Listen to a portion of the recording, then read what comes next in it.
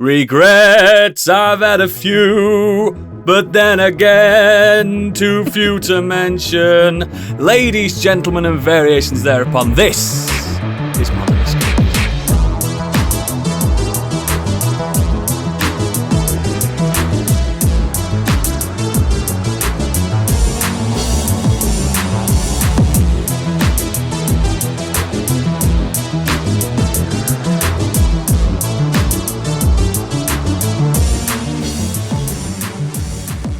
Hello and welcome to the show. My name is Oodles and I regret going out at 4 p.m. yesterday and coming home at 4 a.m. this morning. Ooh. Joining me today, she regrets saying yes to 4 stupid boys in joining this podcast. It's Candy.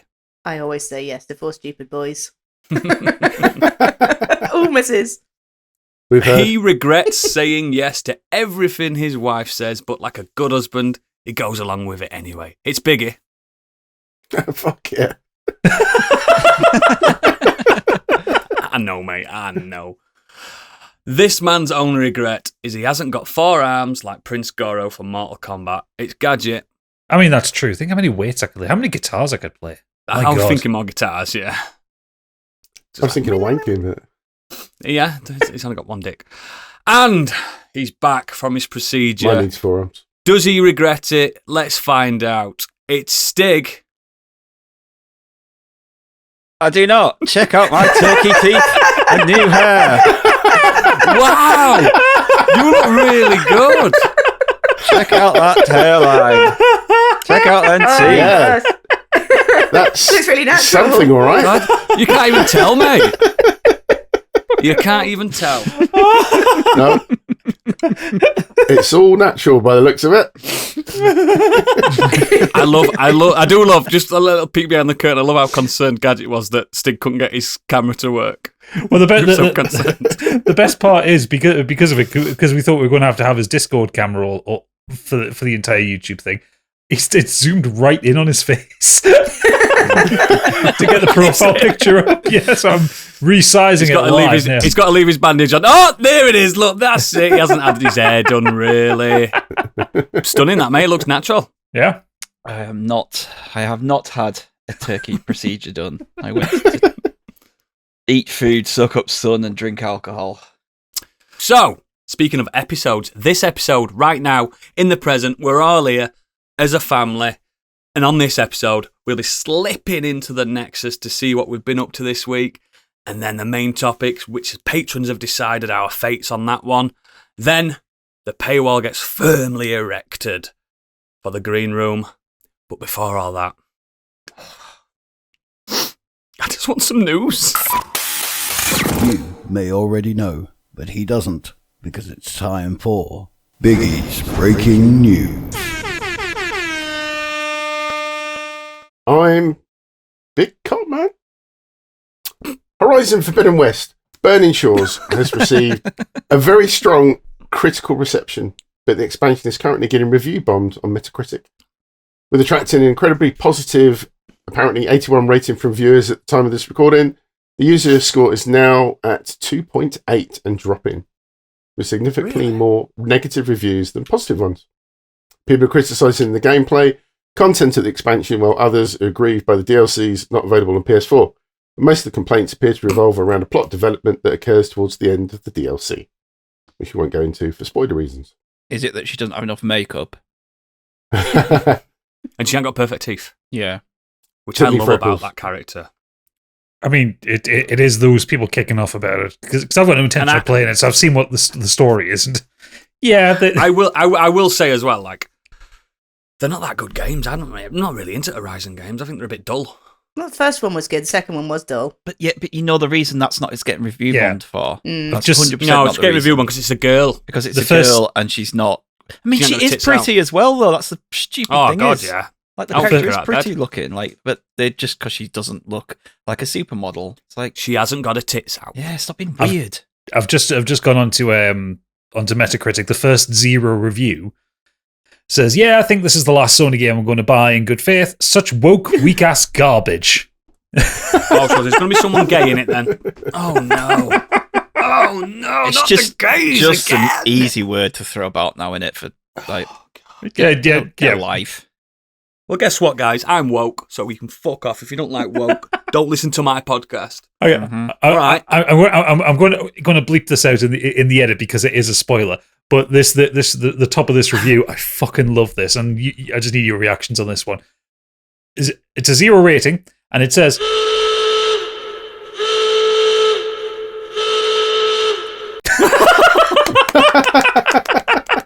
I knew it, the gays. 100% Bloody gays not ruining written- everything. 100% not written by a gay person. 100%. Unless his username's like Cock Gobbler 69 or something like that. Maybe he is. Big cock, man. Gays for Trump. That's probably it. Oh, yeah. Fucking just grow up, guys. Fucking cartoons. They are cartoons. Fucking get a grip. Next. Destiny 3 is trending on Twitter as fans are fed up with the current game. Despite a big launch for the recent expansion Lightfall, the studio has admitted it missed the mark earlier this month as players were not satisfied with the quality of the add-on. Many have believed the developers' decision to keep iterating on the game that is now over 5 years old is a mistake, and they're eager for the team to wipe the slate clean and start over. This resulted in a tweet by podcast The Destiny Show, which started trending unpopular opinion, and it said Destiny 3 needs to happen. How does someone get an Responses are entire podcast out of Destiny? The fucking all happens with it. To tell you, The right, responses are what you do, filled. guys, is this loot percentage is this for this gun. Oh, by the way, they're getting rid of your favourite planet tomorrow. Get the missions done. The thing is, like, Still annoyed about that. I saw it on Twitter, I saw it in our Discord, I saw it everywhere. People saying, "Oh, this Lightfall trailer, it looks so good, it looks so good." How many times have we been like conned by these FMV trailers? Oh, yeah. That make everything look so good, and you think, because the proof of concepts, and I get it, the need to exist because it's a hype machine, and everyone's like, "Oh, it's going to be so good." A week later, like, no, it's still shit. Well, There'll be someone saying, someone will. This is the thing, someone will love it, and there's nothing wrong with that. Like, I really hated Cyberpunk. I know people love it. Our resident Right. Destiny players, I know, he said basically the story is incomprehensible and shite, but the gameplay and the raid are the fun, are the good bits. Which I think has Destiny's always been really good at shooting. yeah, it's always been terrible Some at of the best story. shooter games. But Is this the one that we apparently it's saw? really I bad. think it was one of the state of plays or something, and it's the expansion that the style looks completely different from regular Destiny. Yeah, it's the Like, it looks all synthwave one. neon and Fortnitey. Yeah, it's all Yeah. like fucking Rocket League-y looking. Isn't it? Yeah. Weird, man. Just kill Well, it. Peek behind the curtain. Destiny was one of my regretful buys. The DLC, but mainly because they've fucked me over, not because Yeah, because Yeah. of the planet that they got rid of for you. they blew a planet up before I managed to actually do the DLC. Oh, fuck. You should have been able to get a refund for that, man. That's insane that they can do stuff like that. Next. Talking about hype machines, in Portugal, Sony has started promoting its latest PS Store sales on ATM machines. So when you go to withdraw money, up on the screen of the graphics of the PlayStation Store deals like you'd see on the PlayStation itself. Very weird. Isn't that counterintuitive? Like, if you're drawing money out, you can't actually buy stuff on PSN? You want to leave it in your bank? Surely. Well, you could go and buy a PSN card wallet top You up could. thing, couldn't you? You could. Also saying ATM machines is completely redundant because the M in ATM stands for machine. Does it? Stands for mouth. Is it like when people say? Is it like when people say Candy nose. pin number? Yeah, When people say pin number, what's your pin number? Well, I know what my pin is. yeah. Not my pin number. Next. Gary Bowser, I love that name, the hacking group member who was convicted for creating Gary and selling Bowser. selling like Mario. circumvention Yeah. and for selling circumvention devices enabling users to play illegal backups on Switch and 3DS has been released from prison early. He was sentenced. Hang on. Stop there. His I love name's this. Bowser. Yeah, and he's a baddie. He's a Nintendo baddie. Yeah. Yeah. What the fuck? What the fuck? What are the odds? Is this real? Yeah, it's real. It's really real. And then the leader of Nintendo is called Doug Bowser. Yep. I didn't know Bowser was a real name until like a few years ago. That's insane. I love watching Noodles having his mind blown by something inconsequential like this. That's not inconsequential. It's huge. How can people just accept this? Can you imagine going for a job interview? We've got Doug Bowser. Hang on, that can't be your surname. Something It sussy, is. It's genuinely my surname. It's like, sus. Do you not remember the first video that Doug Bowser did from his office? On the background on his shelf, there was a Mario that was tied up. Yeah, that's just what I mean. It's like sometimes, is it the Truman Show that we live in? Is it? Thing is, though, if he is obviously, this isn't the actual story. It's Doug Bowser. If he is like competent in the job and his name's Bowser, that's just a win-win, isn't it? Like, Oh, yeah, the absolutely. marketing It's marketing. behind that. Yeah. Oh, it's perfect. You Yeah. can't write that shit. Oh, you can. This, however, is not. Carry on. Carry on, Bigger. Sorry. Thank you. He was sentenced in February 22 for 40 months in prison as part of his member of the hacking group called Team Executor, which in 2013 began creating and selling the devices enabling users to play the ROMs, etc. However, seen 'em. Bowser now Never- has to fulfill the never heard other of part of his sentence, I've seen him stick. I've seen him. in which he's been ordered to pay $14.5 million in damages, of which $10 million is in payment to Nintendo. It's considered to be a priority. In the interview, he claims that he paid $175 of this to date, which came from the job he was doing in prison. But he says that upon his release, he'll have to start paying a percentage of his gross monthly income to Nintendo, probably forever. I'm sorry, right, but his name's Bowser. He'll escape from prison and he'll carry on. He's out and of there'll be prison. another story. Oh, is he out now? Yeah, they're saying Well, he's he's up released to early. Another diabolical scheme, then, isn't it? Fucking hell, you can't trust him. His lawyer, Luigi, said, No way! No fucking way! You kidding me, aren't you? I mean, the thing is, he's been released at the right time because the coronation is in a couple of weeks' time. There's going to be loads of princesses there. Oh yeah. There's plenty of castles. Oh, I swear. This is perfect. It's all marketing, Nintendo. None of this is real. None of this is real. These devices were created by Nintendo. You know they were. It seems a bit harsh, doesn't it? Do you think the punishment outweighs the crime just a tad? Well, He's been frauding a company, though, really, isn't he? And Let's fuck around and find out. and he was also making profit off them. Like Yeah. it wasn't that he just put something out on GitHub that people could download for free. And Exactly. he had a He made a business business out of it. selling these things. Was it a $12 million business? I think they were also making an example of him saying, "Don't do this again." Yeah. It's a precedent, isn't it? Yeah. It's a precedent. Like, you do it. Guess what? Remember Bowser? We've got him in our dungeon. You know what I mean? In Nintendo Towers. So He's on a rickety bridge, and the axe at the end of it's looking mighty fine. Exactly. Exactly. He's I looked up his lawyer's name. It's not fun. Never mind. Oh, that's disappointing. Yeah. It's really bad, that narrative. Yeah. Next. Vice President of Xbox Games Marketing, Tim Game Pass. What's he has called? issued- Fucking Doug Halo. Okay, Don't know any other Xbox things. John Conker's Bad Fur Day? Huh? nah, you flew too close to the sun with that one. You went too far. Oh, shit. Aaron Greenberg has issued a small statement on Twitter following previous claims that Hi-Fi Rush didn't make the money it needed to make. In the latest episode of the Game Mess Decides podcast, industry insider Jeff Grubb said that Hi-Fi Rush didn't make the money it needed to make. The comment was picked up by Industry-Wide, and then Greenberg went on to say it was actually a breakout hit for us and our players in all key measurements and expectations. We couldn't be happier with what the team at Tango Gameworks delivered with this surprise release. Shite. Salty. I want to play this game so bad. I was playing it today actually on the Steam Deck So over the fucking bad. over the. I love game. Tango. I love Tango so much. I've been recently playing Tokyo. What's it called? Ghostwire Tokyo. Tokyo. Great, isn't it? Good. So good. And I love Evil Within, and and my dad made that game. It's a shame, man. It's a shame. It's a shame. It probably could have done better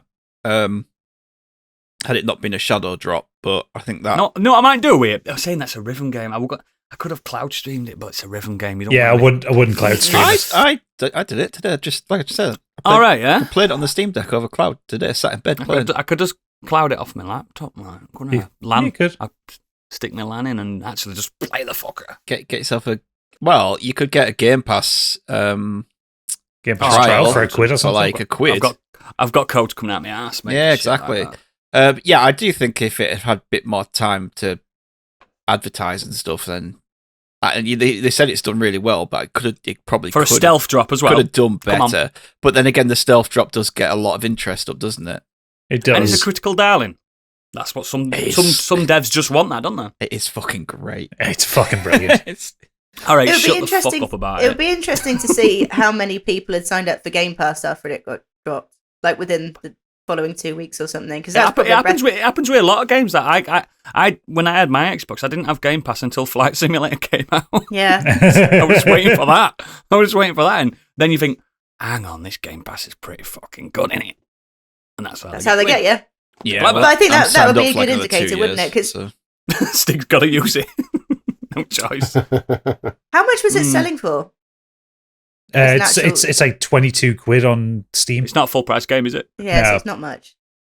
which is mad considering it's a full price game's worth of content. Like it's just like a 7-hour campaign plus then like score attack From a modes once you triple A finish it. dev. You know From what a I mean? AAA dev, yeah, It's weird, isn't it? yeah.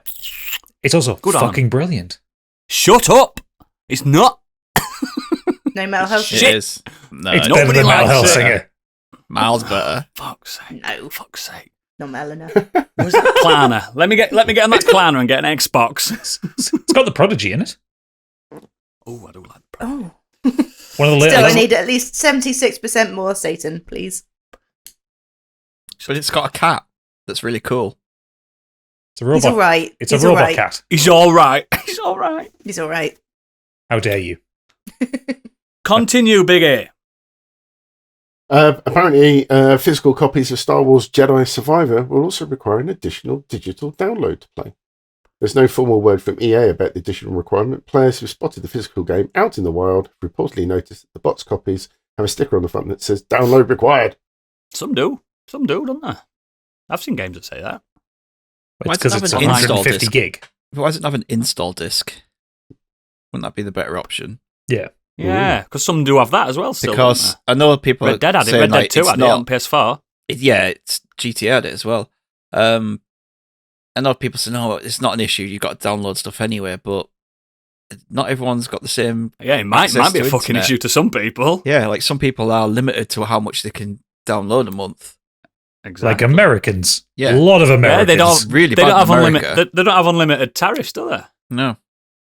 Fucking weird. So I can see why some people would complain about the fact that they have to download 70 gig. After paying 70 quid Yeah. and Yeah. then 70 gig. And not only that, it's Fuck like that. if your internet's really shit, 70 gig could take a long time to download. You sat there going, Oh yeah. great, so now I've got a few hours to wait. Even more so, maybe. I think back to when I first got my PS4 and I got some downloads. I had really shit, probably like 5 megabits a second internet. Oh, I remember Anything those like dark above days. 20 gig, I was like, fucking I hell, it's swear going to take 8 hours. Absolutely It was love so having throttled, fibre wasn't now. it? Takes about half an hour games for me now. Do you know what I mean? Like big fucking 50 gigas, half an hour. I'm like, perfect. It's great. And Yeah. I didn't even know this because I've been playing Steam a lot lately. Steam downloads fast, doesn't it? Yeah. Yes. That is not throttled in any way. No, unlike the PlayStation ones, which are throttled to Yeah. hell. Yeah, and Switch is throttled big style. Yeah, But Xbox the is fast. Steam just goes woof. Xbox was fast when I used to Xbox play is it. fast. Yeah, I just think it's a bit shitty because they've It not is a bit thought. crap, yeah. They've just thought, oh, everyone will download it. It's fine, but they haven't really thought about there's still a user base around the world who have shit internet. I'm looking forward to the game. Otherwise, though, I need to get the other one played. I need to play the first I one. loved it. It's on my. I think it's on my next It's a good Metroidvania. Game Pass game to play after I I think- finish Hi-Fi Rush. I think that's the next one I'm going to go to. Yeah. Just I play like- it on easy. If you want to just break, because it's a difficult game on like medium and hard. It's because they went for that Dark Souls shit. You know, where enemies are just bullet sponges and stuff like that. Just knock it down and just be an actual Jedi, being a badass. It's so much better game. Yeah, I might do because then I can try to kind of catch up to Yeah, Jedi Survivor And the quicker as well. the story's so fucking good in it. Yeah, I should go back to that too. Just bang it on easy. Just fucking. I'd love Go to for see. it. I'd love to see your go back to list, Biggie. That's long, man. It's longer than this news section, mate. Oh God. Speaking of which, next. Sonic the Hedgehog spin-off series Knuckles has been announced at Paramount Plus. The live-action series will also star Adam Pally, Tiki Sumpter, and Idris Elba as it assembles its cast.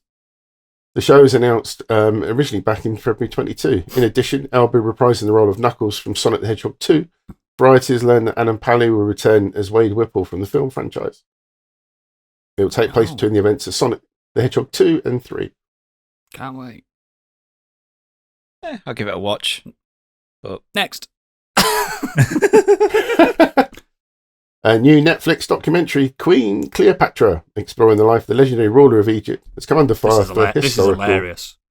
revisionism. The documentary has been criticised for blackwashing due to the decision to depict Cleopatra as black, despite the historical figure being of Greek descent. Macedonian, wasn't she?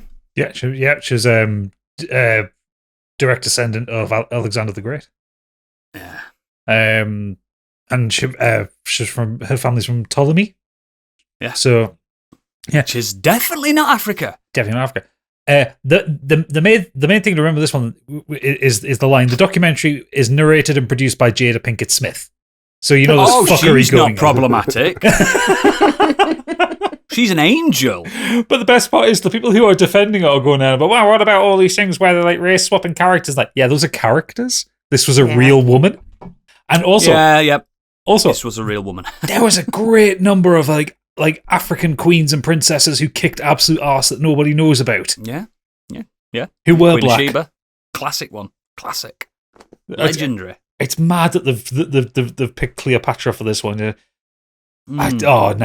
It's fucking wild. Because people also seem to forget that Africa is a fucking enormous continent with many different people. It ain't a country. It's not a country. I saw someone on Twitter saying, someone about this Cleopatra saying, yes, but the country of Africa is happy about this. I'm like, what country of Africa? Which one? Name one of the fucking 40 countries that's there. Well, the only one with Africa in the name is South Africa, and I'm sure they probably have concerns for the wrong reasons. Yeah, definitely. Yeah, absolutely. And they're all Dutch. So do with that with what you will. Oh dear. Next. Jeff Bezos and J.R.R. Tolkien's Tolkien? We're drinking big. Where the fuck that came from? Got fucking wine in my nose.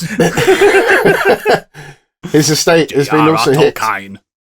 with a $250 million lawsuit over Amazon's Lord of the Rings series, according to court documents obtained by RadarOnline.com. A writer named Demetrius Polychron, can't be right, filed the lawsuit against Bezos, Amazon Studio execs, and J.R.R. Tolkien's estate. Stop saying Tolkien. I can't stop saying it. Why can't I say He his name? physically can't stop saying it. Tolkien. Get it in your head. Get it in your head. Tolkien.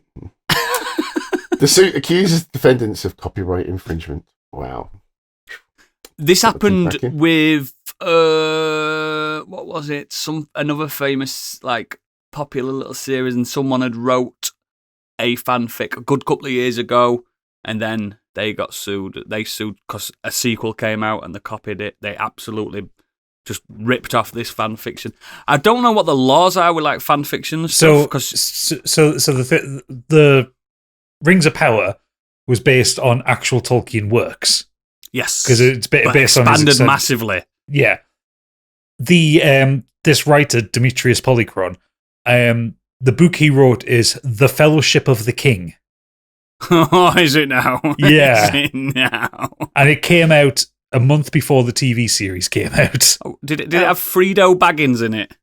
So Amazon apparently got hold of this and managed to make that a full series, the most expensive series of all time, and make it look as amazing as it did within a month. Yeah, fuck off.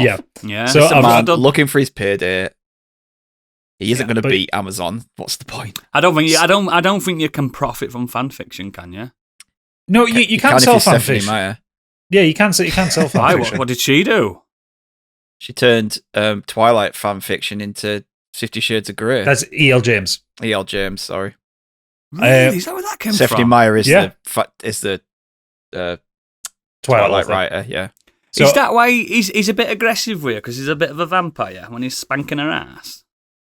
Fuck knows. A bit of a vampire. God, I've those- seen that first Those film. books are so shit. yep. I've not read books. I read two the, paragraphs and gave I didn't get. I carry on, gotcha. Yeah, I've got that. I've got the He synopsis. held for, his throbbing member. Oh, fuck off. I've got the synopsis for the Fellowship of the King. So Go for it, yes. oh, this Bang into this. is probably just going to make you mad, Oodles. Probably. Long before the arrival of Anatar, the original Rings of Power were forged by Celebrimbor and Narvi in Eregion near the Misty Mountains. Wrong. These first magic rings were far more powerful than those that came after and were corrupted by Sauron to be fought for the War of the Ring. Wrong, it was Morgoth. Eleanor, daughter of Samwise, is nervous the Oh, night what? before her debutante party in the Shire. In the 22nd year of the reign of High King Elisar, the Blue Wizards return from out of the east bearing perilous news. The rest of the Rings of Power have been found and they are in deadly danger. Thus begins the War of the Rings to end all wars of the rings. All of that's capitalized.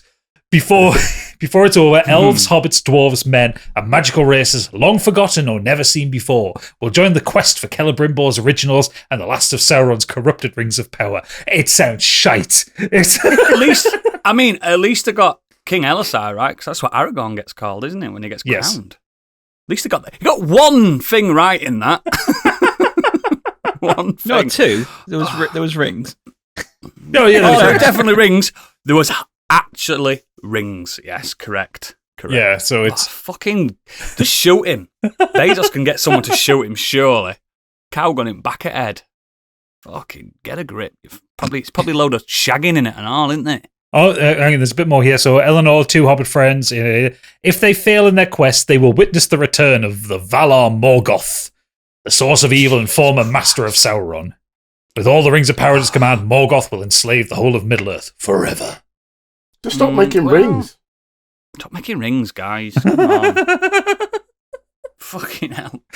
Tolkien spinning in his grave. Oh yeah, we could generate her up to him. Fucking. Oh, next before I get even angrier. It's supposed to be a good episode today, guys. Happy thoughts. Neil Gaiman reveals that the Sandman Season 2 has been written. Scripts are written, we're casting the first episode, we will be shooting. Sets are being designed. Yes! So excited for this. So excited. You'd be Stig's not talking because he's probably not finished it still. I'm not going to bother. Oh! You're a bad friend. Oh, that's harsh. Just watch it for me, babe. Come on. Only if Man's you watch busy, he's been on Paddington holiday. 2. I will watch it. I'll review it. We'll do a spoiler cast on Paddington 2 if you want. It's great. He's thinking about it now. He's like, yeah. Paddington in review. The whole series, 1 and 2. The Paddington Extended Universe. I can see us doing it for a video thing, like sat in like big wingback chairs in front of a fire, discussing this artistic triumph of Paddington.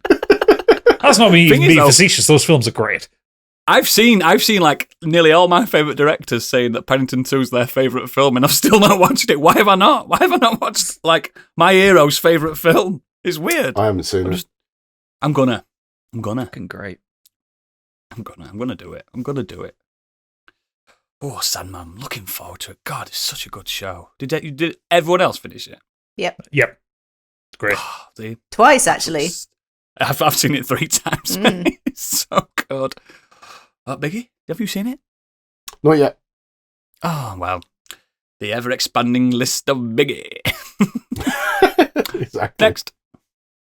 Louis Leterrier is set to direct Fast and Furious 11. The film is expected to please be the finale in the main franchise. Yeah, they're taking over the Pope. They're fucking the Pope up. They're actually going after Catholicism. Finally! It's what we've wanted for years. Have you watched Hobbs and Shaw yet, Biggie? Because we need to get this next one recorded. No, we'll do it. Oh, I swear. Like There's reasons for that.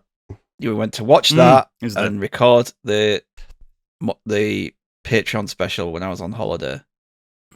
I know. I will get it watched, I promise you. Whoops. The next day or two.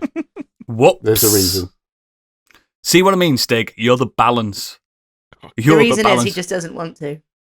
He There's has that, to. but there's another reason. Kenny Potter comes out in June. These two have to be watched and They can't recorded clash. and out. Can't Yes, clash. I'll get it. I'll get it. Don't worry, I will. There's a reason. Unbelievable. Next up, Next. sadly, a Twilight reboot is in the works for a TV Finally. series. Yes. I've only seen Next. last one. Remember when I told you I went to cinema to see last one? You're traumatized by the baby. I've seen the first one. And There's then an didn't bother awful with the little rest. baby in it. I didn't know what were going off. I was speaking to Mrs. saying, "Who's that?" She's going, "Shut up, shut up." And every time this wolf took his top off, she's like, "Shut up, shut up." They've clearly just gone, oh, Harry Potter's redoing it. We might as well do it. Yeah. Yeah. But Oh God, I'm sorry for spoiling it, but that last film I watched, right? You get right engrossed in. There's a big battle, and then it turns out it's just a dream. yeah, it's just in her Just a head. dream. Oh, yeah. She's just like, this is what could happen if we don't do this Yeah. thing. It's like, The last 5 minutes, they just don't do. I what- actually don't even think that's in the book. That I fight. don't remember know. it being in the book. No, I don't. I'm But pretty. everyone gets killed and stuff. pretty Loads sure of people get Kate killed. said that And that's it's about not an in the hour book. long. Yeah. This little dream's about an hour long. It's Like it's just, 3 I hour think she film does or have a something. dream that they do fight, but it doesn't go to that extent. Or I don't know. Kate absolutely hates the last book. When we Mate, a when we, vampire punches the ground so hard, an earthquake happens. when we moved in together, and she brought her books with her. She brought all of her books. She had the Twilight books, and she left. Definitely marrying her. she- Is that what you said? She left the last book at her mum's. I went, "Are you not bringing that with you?" She's like, "Nah, it's shit." So she bought the rest of the series, but not the final book. Ooh, Wow. that's commitment to the hatred of the book. I would have brought even if I hated the last book of a series, I'd still bring it with us so I had the series. Yeah, exactly. That's what I said. She's like, "Nah." Oh, Kate, confirm Kate's a pervert. She can do that. That's just, it's not right, that. Yeah. Gotta have them all on your shelf. I think they're gone Yeah. now. I think we got rid of them. Kindling. I mean, a grown-ass wolf man does fall in love with a baby. That's I concerning. seen that. I seen that bit. Yeah. It's not his fault. He's a wolf. He imprints. That's not his fault. No, He's that's a what- wolf. That's what he says. That's what he says. It's just his nature. He's a wolf. I do. All Another wolves type are I of do not. get what she predator. was going for because it's an animalistic thing. It happens, doesn't it? But it's Yeah. still really fucking creepy when you have humans doing it, regardless of the fact that he's half human, half wolf. Don't do it. Yeah. Just because Don't it do happens it. in nature, you don't have to Yeah, exactly. include it in the Yeah, book. There's lots of exactly. things that happen in nature that you just don't need to Yeah, really like dwell on. eating their own young. You know what I mean? We ain't doing that, are we? No. Yeah. Bring it on. The reboot of Twilight, what we've all been waiting for. I can't wait. Yes. Next. Well, you can't wait for that. AMC has announced that another spin-off based on The Walking Dead is in the Next. works. Oh my god. Stop. Why are they doing this when the other one that they announced hasn't come out yet? Because they're doing more. They still haven't done the This is all AMC's got. The City of Evil one. They still haven't done the spin-off films with what's his face yet, have they? Grimes. Negan. What's his name? Rick Grimes. Rick Grimes. Yeah, he's meant to have a spin-off He meant to film. have his own little thing, yeah. Yeah. Yeah, he is. Because he was away for like 5 seasons and he turned up on the last ever episode. Spoiler alert. I liked it. I like Walking Dead. Next. Bit of good news. Stan Excelsior Lee is the subject of another documentary, this time at a big scale Disney Plus effort. And the doc is heading to the streaming service this summer. It will be premiering in June. Cannot wait. Ooh. He's got a very, very, very, very good story as Stanley. Very good. Interesting. I don't know all of also it, so- do think that this is going to probably skip over the certain things, though, isn't it? Like Yes. a lot of people claim that, oh, Stanley did this, Stanley did that. It's like, no, he was just the front man for a lot of other people. He had a lot of ghostwriters and stuff. Yeah, so I mean, I think like the guy, you know, he did invent a lot of stuff, and he was critical to that success as well. But I do feel like it's Even Stanley even openly admitted when he stepped down as like running Marvel, when he was just an ambassador or a figurehead or whatever. He even said like, "Oh, most of the time I just shouted a name and then they designed it." yeah, You know what I mean? He did the big ones. He did Spider-Man. He did Hulk. You know what I mean? He did a lot of the big ones, but some of them he's like, "Oh, I don't know, Venom." Even though it weren't Venom, but you know what I mean? I think that was Todd McFarlane that did Venom. I think he invented him. I think so. I think it'll be Yeah, still like good, it. but I do think it's going to be a take it with a pinch of salt. I wonder if they're going to brush over his Jewish heritage, because to do that, brush it all over. When he had to change his name because he didn't want to sound too Jewish. That kind of stuff. Well, they talk about the legal wranglings at the end of his life as well. Yeah. Mm. Yeah. Oh, there's loads of stuff like that. When they sued DC, Captain Marvel, all that stuff. Oof. I wonder if they're going to get into nitty gritty, but then again, it's a documentary by the company that owns them. Yeah, exactly. You That's never what I mean. know. It's like there's a Vince McMahon documentary coming out, and it's by the WWE network. Well, it's with the cooperation of WWE. I think it's a Netflix produced one, but Ooh. with it being in cooperation with the WWE, you know that it's just going to miss out a They're lot gonna of final shit. say, aren't they? It's just literally just Don't gonna talk be, about the fact that he's a bastard to women. Don't talk about that. Exactly. It's just going to brown nose him, and it's basically just going to go, oh, and he had these problems with this, and then move on. He loved the ladies. That's what they used to say on them things. Yeah, it's I'd love to watch He a loved the documentary ladies. that was warts and all, but you just know that it's not going to happen. It's like they said years ago before Harvey Weinstein kicked off. Oh, he loves the ladies as Harvey Weinstein. Bit more than just loving the ladies. No, he's not that cheeky, is he? He's a bastard. Oh, we'll see. I'll watch it though. I love Stan Lee. Next. I'm sure by now you know that Wrexham FC, which is owned by actors Brian Reynolds and Robert McElhenney, promoted to the Football League. What? Rob McElhenney. McElhenney. McElhenney. That's not how it's spelled. McElhenney. That's literally how it's spelled. Irish, mate. McElhenney. It's an Irish name. That's what it is. Anyway, they've been promoted to the Football League after their win at Boreham Wood this weekend. Crucial 3 points secured on Saturday means that the Red Dragons have gained automatic promotion from the National League to League 2 with a game to It was a good game. I watched it. A good game. And it looks like they generally felt what the love of football's all about. Don't you see think it in it's the, weird though when you're at Ryan Reynolds doing a post-match interview and saying the name Boreham Wood? Like, how does he fucking know what that is? It's so weird that coming out of his mouth. And then he's talking about other teams. Like, I'm like, this guy's actually done his fucking homework. It's not just Hollywoodness now, is it? These guys are genuinely invested. He's bought a house down the road so we can spend more time there. Yeah, this is what didn't they take Ant-Man as well? Ant-Man turned up. Yeah, Paul Rudd was there. Paul Rudd, that's his name, not Ant-Man. Yeah, no, the It actual is. Ant-Man. I took him. Oh, it's crackers, isn't it? But again, look what it's done. I know that bit of Wales is a beautiful part of the country, but it's still mad to me that he's like quitting New York to live around the corner from Wrexham. I mean, Wrexham's not that nice, mate. No, but like that area of Wales. North Wales that's it. is stunning. Yeah. North Wales is stunning. Oh, good for them. Good for them. They'll get knocked down next year. Never mind. With that events they've got, that won't fucking last 2 minutes. Next. The Weird World Web. Police detained a woman for dressing her cat up like a baby to stash drugs in its clothes. Gandhi. Authorities in the city of central Russia You've made the Brought news. brought the woman in for question after she roused suspicion strolling through a holiday resort with her young daughter in a pram. Snug inside the buggy was actually a cat wrapped in baby's jacket. That's so funny. Retrieving Your the pet baby's officers- meowing. It don't matter, she always does. And that's the third Obvious- time I've been on Crime Watch. Retrieving the pet, officers found several small packages containing more than 170 grams of powdered methamphetamine. Methylephrine. Nailed it. Thank you.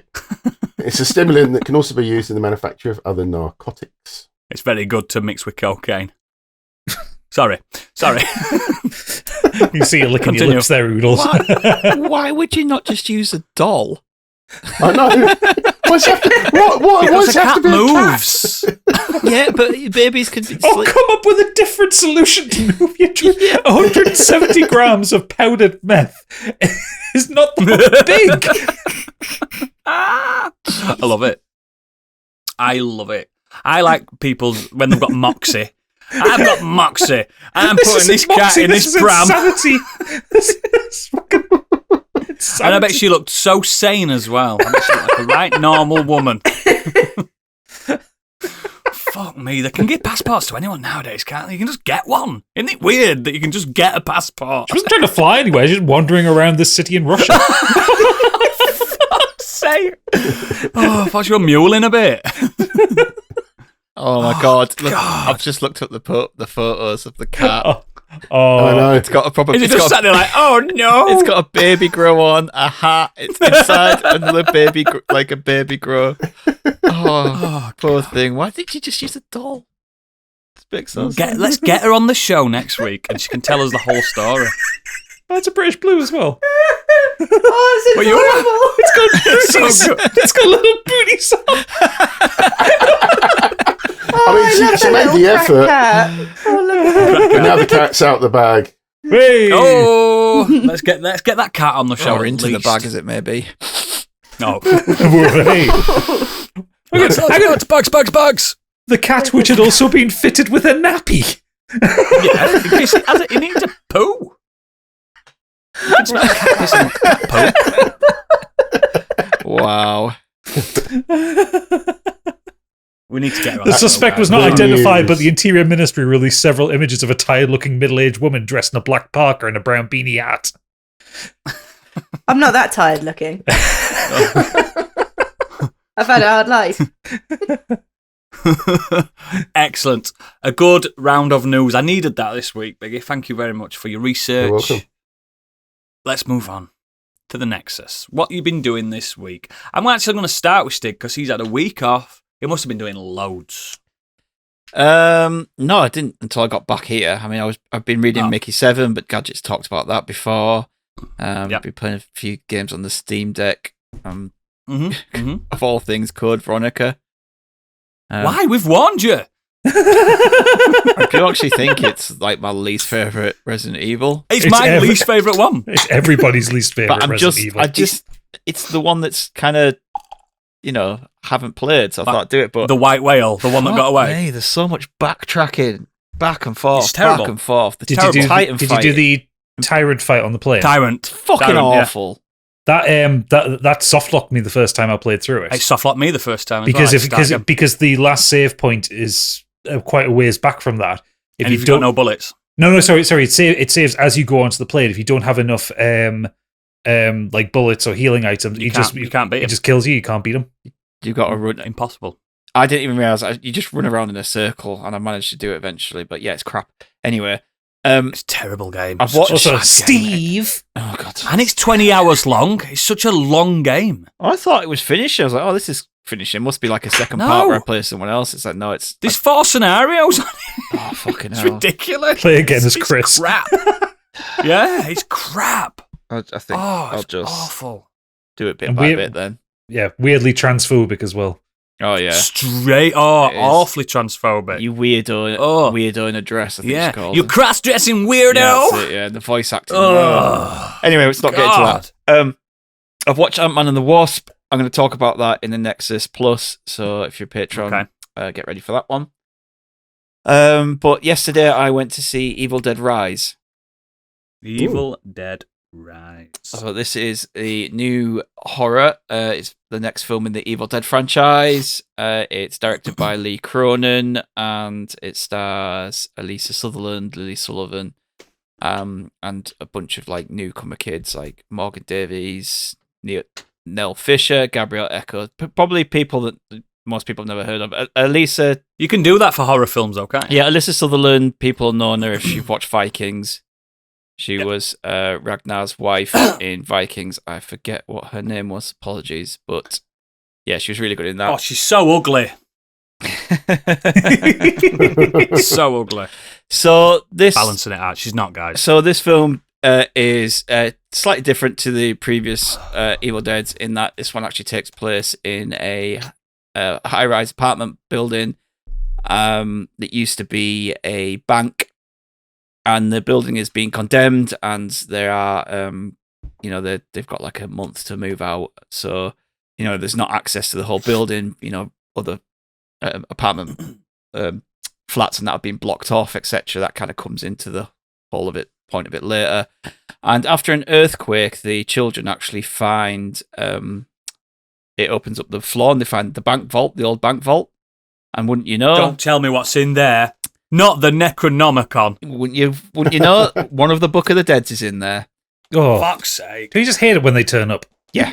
Ugh. So Danny, the young boy, he gets the book and he finds a load of records, which is the priest recording themselves reading from the book.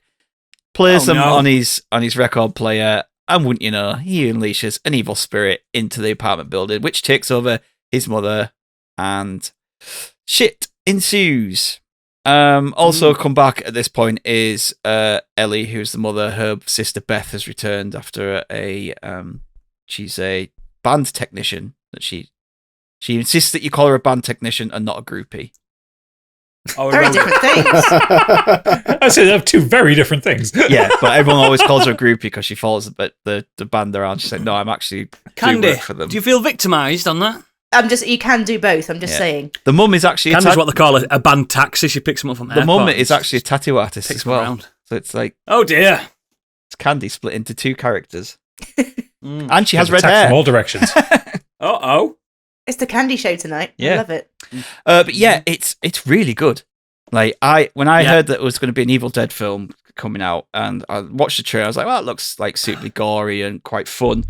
But is it just using the Evil Dead name? But it really leans into it. There is definitely homages to Sam Raimi's Evil Dead there. There's like certain shots used within the film that are like definitely playing off that. It is not as comedic or slapstick as like Evil Dead 2, certainly not Army of Darkness. It's going for that more grounded and... Is it still Deadites, though? Yeah. So the mother is like the main Deadite. Like she is Yeah. outstanding. Like Alyssa Sutherland she's scary. The way she moves, the way she looks, the way she speaks. She is amazing in this film. She's so creepy. Mm. And the film is not afraid to just go places. Like the language that the Deadite uses towards the children and there's other children within the apartment become victims. Your mother cooks socks in hell. Yeah, it's kind of stuff. it's worse than that. Like it's really just gruesome and gory and gnarly. It's yeah, Visceral. yeah. And it's just really good. It's a really good addition to the Evil Dead like kind of franchise. So it's not a reboot then? Is it actually just carrying on? Yeah, it's not a reboot. It's just kind of... Oh, that's so cool. what the setup is that there's actually 3 Book of the Deads. So this is one of Nice. them they found. So it's not like a reboot. Because when the book comes out, I'm like, that doesn't look like the book. And then within, It's just a different one. it's just a different one. So there's actually 3 That's out cool. there. That's cool. Yeah. Why not? And it just does all these kind of flicking through the book and you see like this image of something. Then all of a sudden one of the Deadites kind of becomes that image and things like that. The sound design in it is fantastic. The gore is amazing. The effects and stuff are really, really well done. Yeah, it's just I really enjoyed it. I didn't expect to enjoy it as much as I did. That's good. It takes That's good. there's a bit of a Shining homage in there. It's kind of like if you took Empire. Empire said this in their review, and it's like fully agree with it. It's like they took Alien, Evil Dead, and Demons 2, blended it up, and gave you this film. Oh, I'm interested. Yeah. Oh, yeah. Was I the like the look of the trailer. was the reboot of Evil Dead that they did a few years ago any good? I haven't That was watched just, it that was just since it I've came watched out. it. It's okay. Oh, Yeah. what's It's okay. the, it's the lady, isn't it, instead of Ash? It's good. Jane I Levy. liked it. Yeah, I liked it.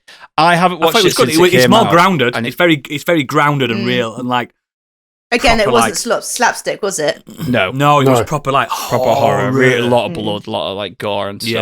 Yeah, a lot right. of gore. But I would By the end of it, she looks like Carrie. You know what I mean? I'd probably covered in rank blood. that as my least favorite out of the 5.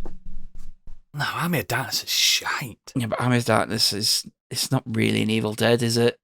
No, it's more of an Ashes film, and it's Yeah. just this film. But it still kind of Yeah. is an Evil Dead, but not. But Yeah, because no, I have a lot of time for Army of Darkness. It's not amazing, but it's just fun, and Ash is great in it. But he is. He's groovy, isn't it? I need to rewatch that Evil Dead because people seem to say that it's I like it. better than I remember. But it's like Mhm. this is probably the second best in the franchise. That's badass. Yeah, so I would definitely recommend like watching this. Great performances all around. Looks great. Sounds great. Look- Great family film. Yep. Not for the family, innit? Christmas film. Go watch it at Christmas, guys. We dinner.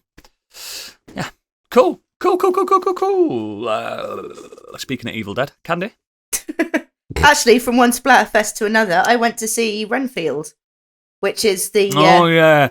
Nick Why? Cage. Did you not see the score?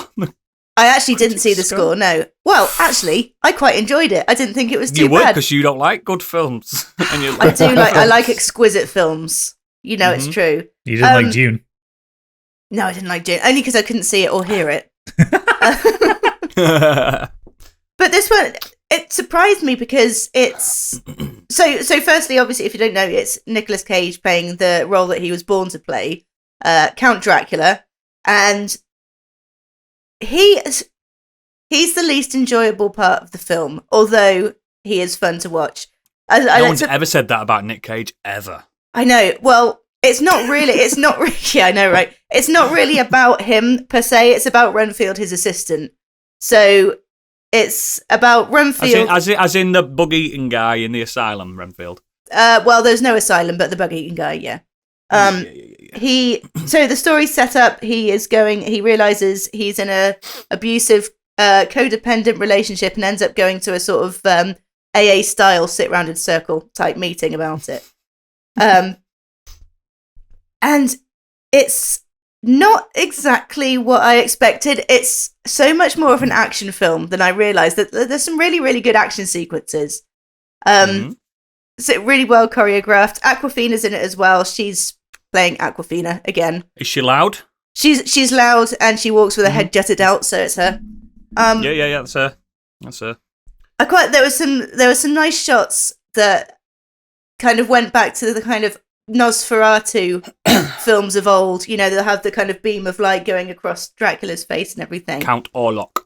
Yeah, and it's just it's completely daft. I don't think you need to go into it expecting much. If you just want, get pissed first. You'll find it's not very long. Mercifully, Candy, I'm in cinema. Of course, I'm pissed. Well, yeah. I'm stupid. Get more pissed. Yeah, mercifully, it's not too long. It doesn't outstay its welcome. It's about 1 hour and 20 minutes, I think. And anything longer than that would have been too long. But again, another really gory one. Not nothing seriously gory. It's just a complete splatterfest.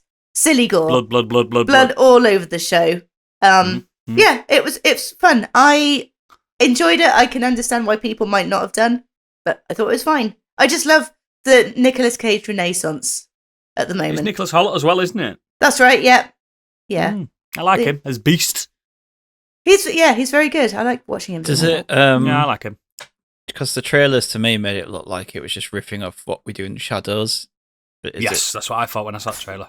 I wouldn't say so, no. That's good. Unless you're talking about the identity. TV show, because I haven't seen the TV show, but I wouldn't say The say TV show's just like the film. Yeah, in that case, no, I wouldn't say that so. was just one. That was just kind of the vibe I got from the trailer, but it's good to hear I got that too. Yeah, that it isn't. No. So we can say still that the best Dracula spin-off is Dracula Dead and Loving It. That's good. That's correct. That is a great Dracula spin-off. Oh, it's so bad. Apart from when he wakes up and he bangs his It's better head than on the light. Blackula. Have you seen Blackula? No. It's good, but not that good. Oh dear. Bram Stoker's Dracula's still good, even despite your man from Canada. Where the bastard sleeps. That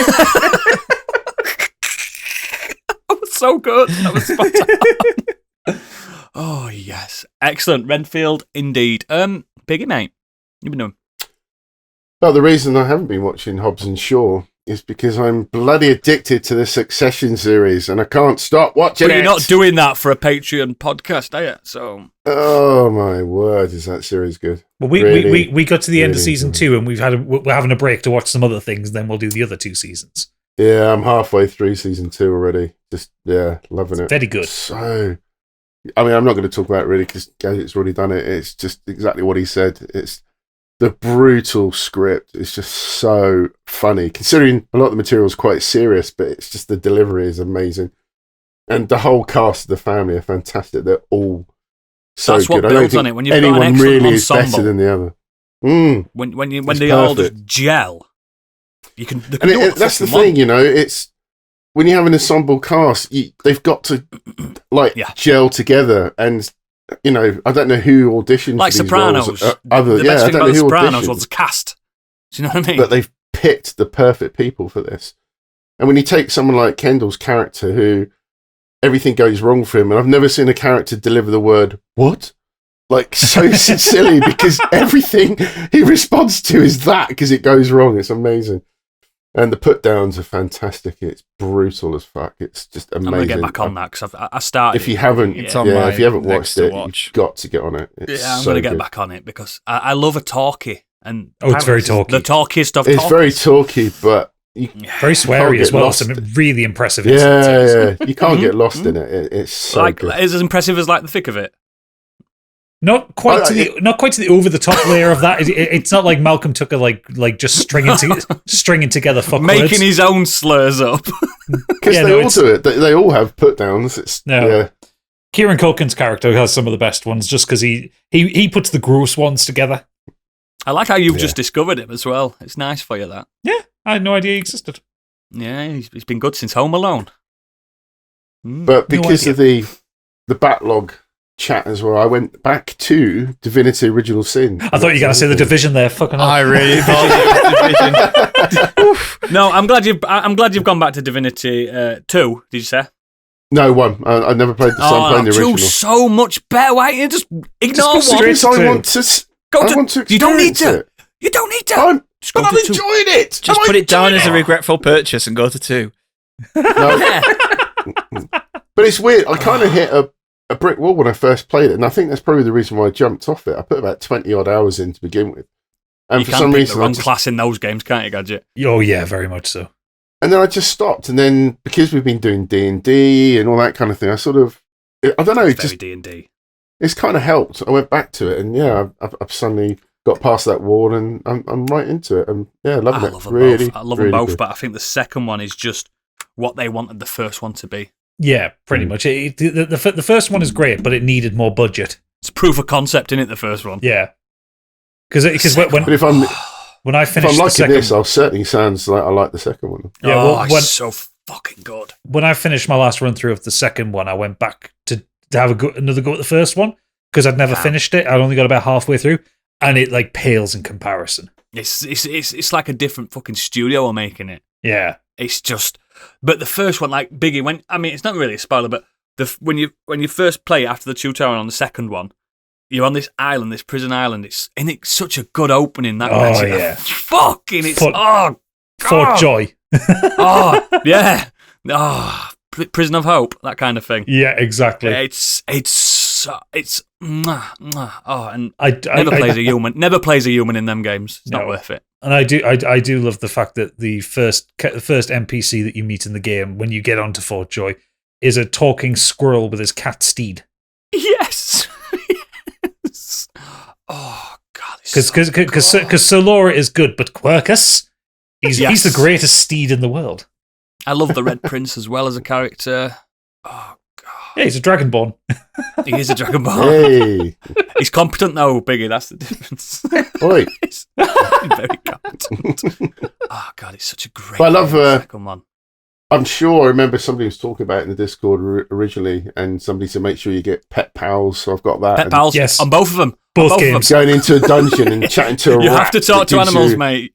Yeah, the rat gives you squeaky tips about what's happened coming. It's really cool. I Mate, like talk it. to the cows. Talk The to everything. cows, Talk to yeah. dogs. Oh, the cows are Yeah. amazing. Because they're Talk from to the, everything. all the cows are from the West Country. Yeah. All right, me barber. What are we going to do? Move. But yeah, I mean, Yeah. I'm still enjoying Dragon Quest 11, but I just need to step away for a moment because I was just playing that a bit too much. And How many hours you in? Probably 90. Yeah, but you must be clocking nearly 100 now. Yeah. It's about 120 mark, you'll have done it. So far away from Yeah. that. I'm only just got to the last bit I got to was the boarding school. Oh, wow. Oh, that's still a chunk in, mate. It is. I can't find the notice board. Yeah. It's outside. All right, okay, thanks. It's like, it's like someone said it was on the second floor, and around going, "Where's this fucking notice board?" Yeah, it's such a good game. I can't wait for the screenshot when Biggie's finished Dragon Quest and he actually gets to the real credits. I can't wait. The third set of credits. Yeah, there's a lot of credits in that game. It's like a Kojima game. Then the if I can stop watching Succession, I'll take a break. Oh, there is actually a post game after the final credits. I will warn you, but that is not essential and there's no story. So don't worry. Yeah. I might They're just optional fighting dungeons. You know when you just boss rushes and stuff like that. Oh no, fuck that. Can't bother with that. You don't need to do that. I did because I'm a fucking idiot. And you're addicted. Yeah. Divinity though. Yeah. I can't wait for you to actually play the real Divinity number 2. Excellent. I'll go next. I want to review the emergency test broadcast from today. I've never experienced an emergency test broadcast, and don't think many people have. As my first one, I give it an 8 out of 10. It was effective. It scared me a bit because I was on my bed watching the other thing that I'm going to talk about in this Nexus, and it made me jump a little bit. And then I heard everyone else's in the house going off, and I thought, oh, I have been sufficiently tested and warned. So 8 out of 10. What did you rate it as, Stick? Minus everything out of 10 because it didn't come to me. It didn't come to Kate. Stig is vaporized. So we are dead. You are dead. Yes. But yeah. It's interesting though. Joking aside. Testing it though. I remember way back when we first started this podcast, I spoke about the Seth MacFarlane show, The Orville. Yeah. First season, I was quite middling on it. I need to get back to and I was quite middling on it. It's competent as fuck. Because at first, I thought The Orville was Family Guy in space. It's not. It's not. It's his love letter to Star Trek, completely. The first season, it's more jokey, blah, blah, blah. And that's reflected on the reviews. Now, this week, I've binged through the second season, and now I'm on to the third season. Both the second and the third season, I've got 100% Rotten Tomatoes scores. And I know why. My God. What I don't know, like, I'm not a big Seth MacFarlane fan. I respect the man, but I'm not a fan of cutaway humour and stuff like that. But he doesn't do that in this, so don't worry. When the second season kicks off, you know all the characters by now. And it's basically Star Trek Next Generation, isn't it? If you've seen any of it, that's what it is. Yeah, I've watched like the first few. Like, and for some reason, I was like, I need something Trekky. So I started that, and then I haven't gone back to it. Not because I didn't dislike it; it's just other stuff come up. Oh so no, I'm no, get back it's to competent. Like I said, the first season's all about you learning about the characters even and the history of the races. Touches on like some difficult subjects. Even though they throw there's that episode where the character who's clearly meant to be like a Klingon, like where him and his partner are like discussing whether Bartus, because they have to be male and they don't want to have a female. So kid. They can be born female, but then they go through a change, turns them to changes them male, and they go through this whole like kind of life crisis between them. And the bad decision happens, unfortunately, and it has to go to like a proper court and everything. Tribunal. Yeah, it does touch on these. He does that throughout. Forced gender. He does it throughout, but then. And I remember reading this interview from Seth MacFarlane, and he went, "Yeah, we did that on the first season. I went through my comedy roots, and then in the second season." He just stripped that back. He just went, nah, this is not a comedy show anymore. This is a space drama. And my God, this is Star Trek Next Generation in everything but the lore and you know what I mean? It's so fucking good. The second season, mate, there were one episode I cried. It was so like poignant and good. Do you know, like, because this is like, if you think of Star Trek lore before they invented teleporters and stuff like that, we're just spacefaring. Do you know what I mean? We've just in past last 100 years, we've just discovered these species. We've only become part of a galactic empire. I don't know. They don't call it an empire because it's a negative word. Whatever they call it. And every episode's just lovingly homage. It's not copying because all the stories are different, but it's homage to like those like socialist views, those. Race, gender, equality, all that, and it makes me think, fuck, and you can tell that he's put more effort into it because he's barely in it now. Do you know what I mean? It's like he's putting more time directing it. He only shows up because he's the captain of Seth MacFarlane's the captain of the ship, but he's not in it that much. And I think it's better for that because it's not that good. I'm not a big fan of him, but the cast and everything is it's so fucking good. And this third season I've started, I'm a few episodes in. It's called New Horizons, so it's completely like not rebooted it, but it's like imagine if Next Generation instead of were it Voyager after Next Generation? What wasn't it? Imagine if they went to Voyager, but they still carried on with Picard and his crew. You know what I mean? Yeah. It's like that. We're going into dark space. We're actually doing the science stuff, discovering. And my God, the first episode of season 3 is like an hour and a half long. It's like a film. It's fucking insane. And the budget they've got, it only came out last year, the third season. And the budget's insane. I can't believe how good it looks. It looks better than some Star Wars films. And I don't mean the 70s ones. It's just, if you really like that, like scientific-based sci-fi, you know, like Next Generation War, it were all about, because it was a peaceful mission, wasn't it? For the most part. It was. They tried to be. And that's what that's this why is. I really It's like The Expanse. That's what I thought that was really interesting. Yeah. It's just, this is more a character development type show based on a spaceship, you know what I mean? And I just think the cast in it's fantastic. And it was the last thing that Norm Macdonald starred in as well, before he passed away last year. Yeah, I think it was, yeah. And he's a gelatinous blob, but he's really good. You know what I mean? Because he's got such a recognisable voice as well. And everything in it's just like, you can tell like Seth MacFarlane, he loves the classics, doesn't he? He always puts references into like The King and I and Broadway and stuff like that, because that's just what kind of captain he is. Kind of like a Picard, because Picard loved Shakespeare and stuff, didn't he?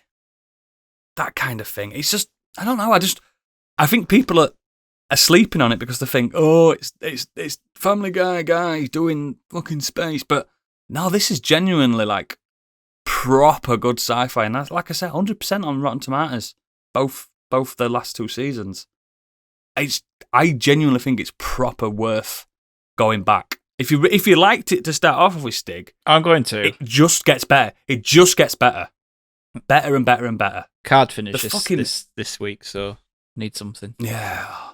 The finale to season 2, man, it's fucking epic. Like, genuinely epic.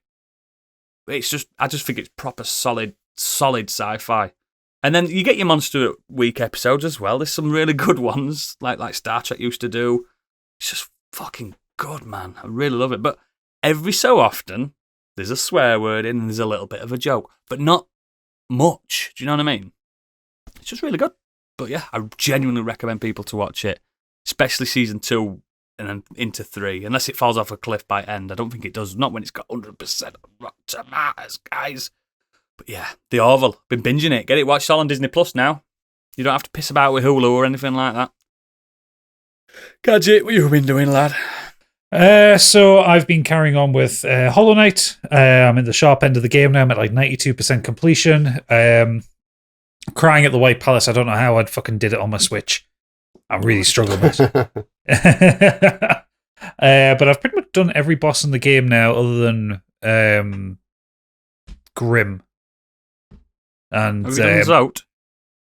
Oh, no, I haven't done Zote because it's a fucking terrible fight. You've got to fight him 10 times as well. You don't have to. I mean, you should.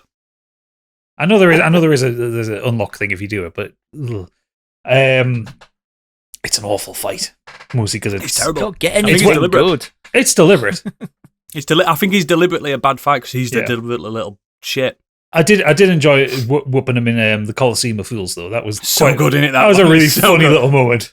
To me, that's the law version of his end. Yeah, that's where his story ends. Well, the Mighty Zote fight is it's like a dream, isn't it? It's Brenna's imagination of what he looks like. Britta's imagination of what he looks like.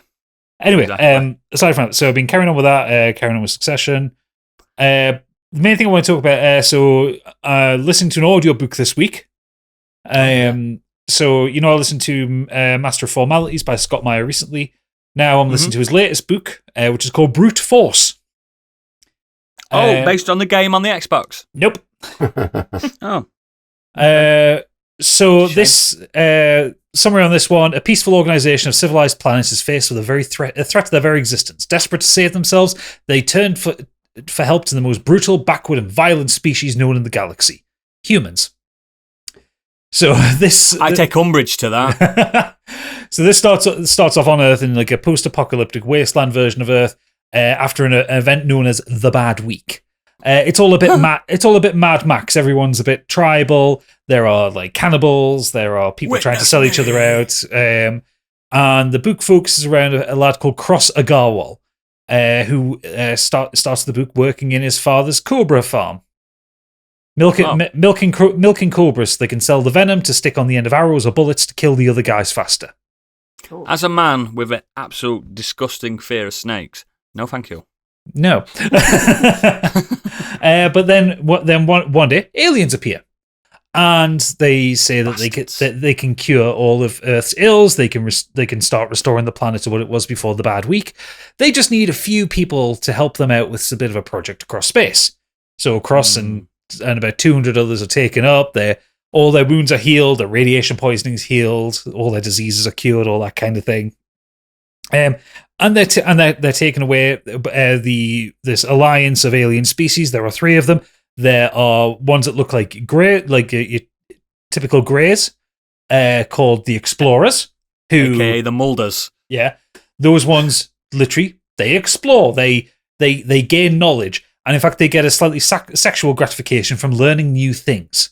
So one of the characters in the book takes great joy in this one, just keeps telling them facts and just watching them go, ugh.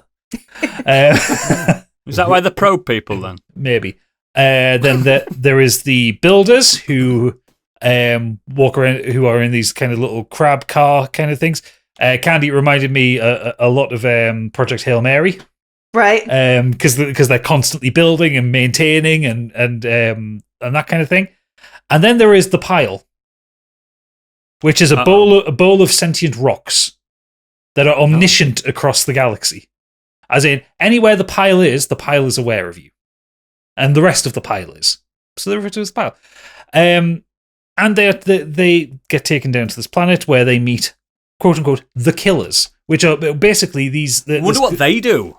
This collection of aliens are peaceful. They don't know how to fight. They don't know how to do combat, and they encountered a hostile species. So they've brought in humans, who are the most violent they're aware of. They are worse killers to kill the Killers.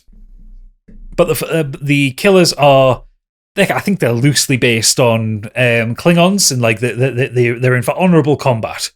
But the problem is they're idiots. The only way to do combat honourably is to fight one-on-one with knives. Any advantage is dishonourable. And you know the first, the one who is the highest rank, will go out and challenge whoever to combat. If he's killed, the next one in line becomes the first, and that kind of thing. So we've got a Biggie's daughter interruption. Get to bed. Get to bed. It's a Sunday night. Let's go tomorrow. Anyway, all these killers are running out, and the humans just beat them to death with rocks. And that's about as far as I'm into it. It's really funny. It's a lot funnier than Master of Formalities. It's a lot stranger. It's narrated by a bit of a Douglas Adams kind of vibe. It's a violent Douglas Adams. Yeah, because it's very bloody. Some of the characters are fucking mad because, like I say, this is all kind of Mad Maxy post-apocalyptic. So there's a character called the Madre. She is a religious zealot, but she's only read the Bible once because there aren't many Bibles around. So she's just interpreted the Bible as to and what God's will is, and God's will tends to be her beating disbelievers in the head with a baseball bat. Oh, like the Crusaders. Yeah.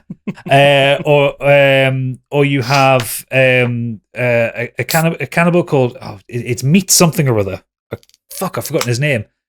But yeah, someone who everyone believed was a cannibal and they're trying to avoid him. Turns out he's not actually a cannibal. He just ate a guy's toe once just to try it and didn't like it, but he let everyone believe he's a cannibal so they'd leave him alone. You know, that kind of thing. But the narrator Luke Daniels, because he has so many characters to voice in this one, the way he identifies with like the Earth tribes is everyone has different. So he basically has, for each tribe he puts on a kind of a rough group accent, and Cross's tribe. He's done a kind of a New York, Brooklyn kind of vibe. Hey, I'm walking here. No. Well, maybe maybe Long Island. They all sound like old Jewish men, especially when the leader of his tribe, who's called Kid Stretcher Kyle, because he has been known to stretch out a few kids. When he starts talking, he sounds like a violent Bernie Sanders. It's fucking incredible. You fucking mook. It has to be heard to be believed, but it's really good. Zoidberg was very Jewish as well, wasn't he? Yeah. But man, it's good. It's a really funny book, and the story. I'm about halfway through the story so far. Is going in a good way. All the characters are reasonably engaging in their own way. The idea of one of the character that's taking the piss out of the explorers by teaching them things. Her trying to teach them how to play poker, and them not getting that you don't have to share all the information immediately, but then they're all kind of getting off on seeing cards in a different order and all that kind of thing. It's so fucking funny. I really like. I've been a big fan of Scott Meyer for quite a long time. I've liked quite a lot of his books. This is definitely the funniest one he's done. Okay. It's also Would you very find violent. these? Do you just get recommended because you've read the books prior or something? Yeah, because I mean, I buy the books on Amazon, like the paper books I buy on Amazon anyway, so it all gets kind of recommended to me. But I've known, like I say, I've known Scott Meyer books for a while. I read his Magic 2.0 series when that was first being published years ago. So yeah, and also now I'm kind of keeping an eye on the narrators I like. So like I like Luke Daniels. He did Master of Formalities. He's got a good style. I need to start reading some more modern books because, Christ, I've been reading some like 18th century epics lately. I've just had 2 more dropped off today. I've got the sequel to Mickey 7's just turned up today. Oh, you like that, didn't you? I did. I really fucking like that. I'm looking forward to the film version of it. But yeah, listen or read Brute Force. It's recently out. It's only came out this month, I think. It's very, very good. It's hot off the presses. If you get the audiobook version, it's 10 hours long. Well, that's a nice size for an audio book. It is that. Sometimes when you get audio books, it's like 25 to 30 hours, and you're like, I listen to the George whole, Martin. I listen to the whole of Stephen Fry's Sherlock Holmes collection, which is 107 hours long. Jesus. Oh my god! I listened to the whole of that. Oh, poor man, I had a sore throat by the end of that. Oh, he didn't do it all in one, mate. I just realised I was mute then. It's annoying. I've got it. The Stephen Fry Sherlock Holmes. It's so good, especially when you get to the weird Sherlock Holmes ones. Yeah, so just good. be careful. I was looking at that on Audible just now, and there is another book called Brute Force by Andy McNabb. Get in! Let's get that So one. make sure you order the right one. Get that one first. I'm definitely getting some Andy McNabb in me. Come on, God, let's kill the infidels. Fucking used to read Andy McNabb books when I was like 19. So Come on, shite. let's shoot the brown people. Fuck them. Andy McNabb, yes. Oh, nice. What a fucking terrible person. He's a terrible author. Bravo 2-0 was good though. God. As a document of his time. Yeah, I enjoyed He's that. the granddad's favourite. Oh, it's always around Father's Day, isn't it? There's always an Andy McNabb book out. Get an Andy McNabb. Nip into Tesco and get me next McNabb. I need some head popping for Christmas. Fucking joke, mate. Oh God. At least Tom Clancy put some realism in his. They were a bit Djangoistic, but they still put a bit of realism in there. Yeah, but Tom Clancy was gun porn. Have you ever fucking read Rainbow Six? Yeah. There's like 600 pages talking about the guns. He talks about alone. the springs in a Glock for about 2 fucking chapters. I can't read fucking army books anymore, mate. I'm not fucking 15. Biggie's like, shit, I better delete all my McNabs. and his Chris Ryans. Yeah, you know he's reading all them. I am not. Yeah, clear and present danger with Biggie. I mean, that was Tom Clancy, wasn't it? That was Tom Clancy. That one. Yeah, it was. I should do a read along. Oh, can we have an audiobook version of an Andy McNabb book? Biggie saying, and then he shot the brown man, and then he shot another brown man, and that's all they do. It's awful. It's awful. The best part with Andy McNabb books is when they started pivoting towards being more like spy thrillers, and it was like the guy getting the girl James trying to be a Bond. James Bond style.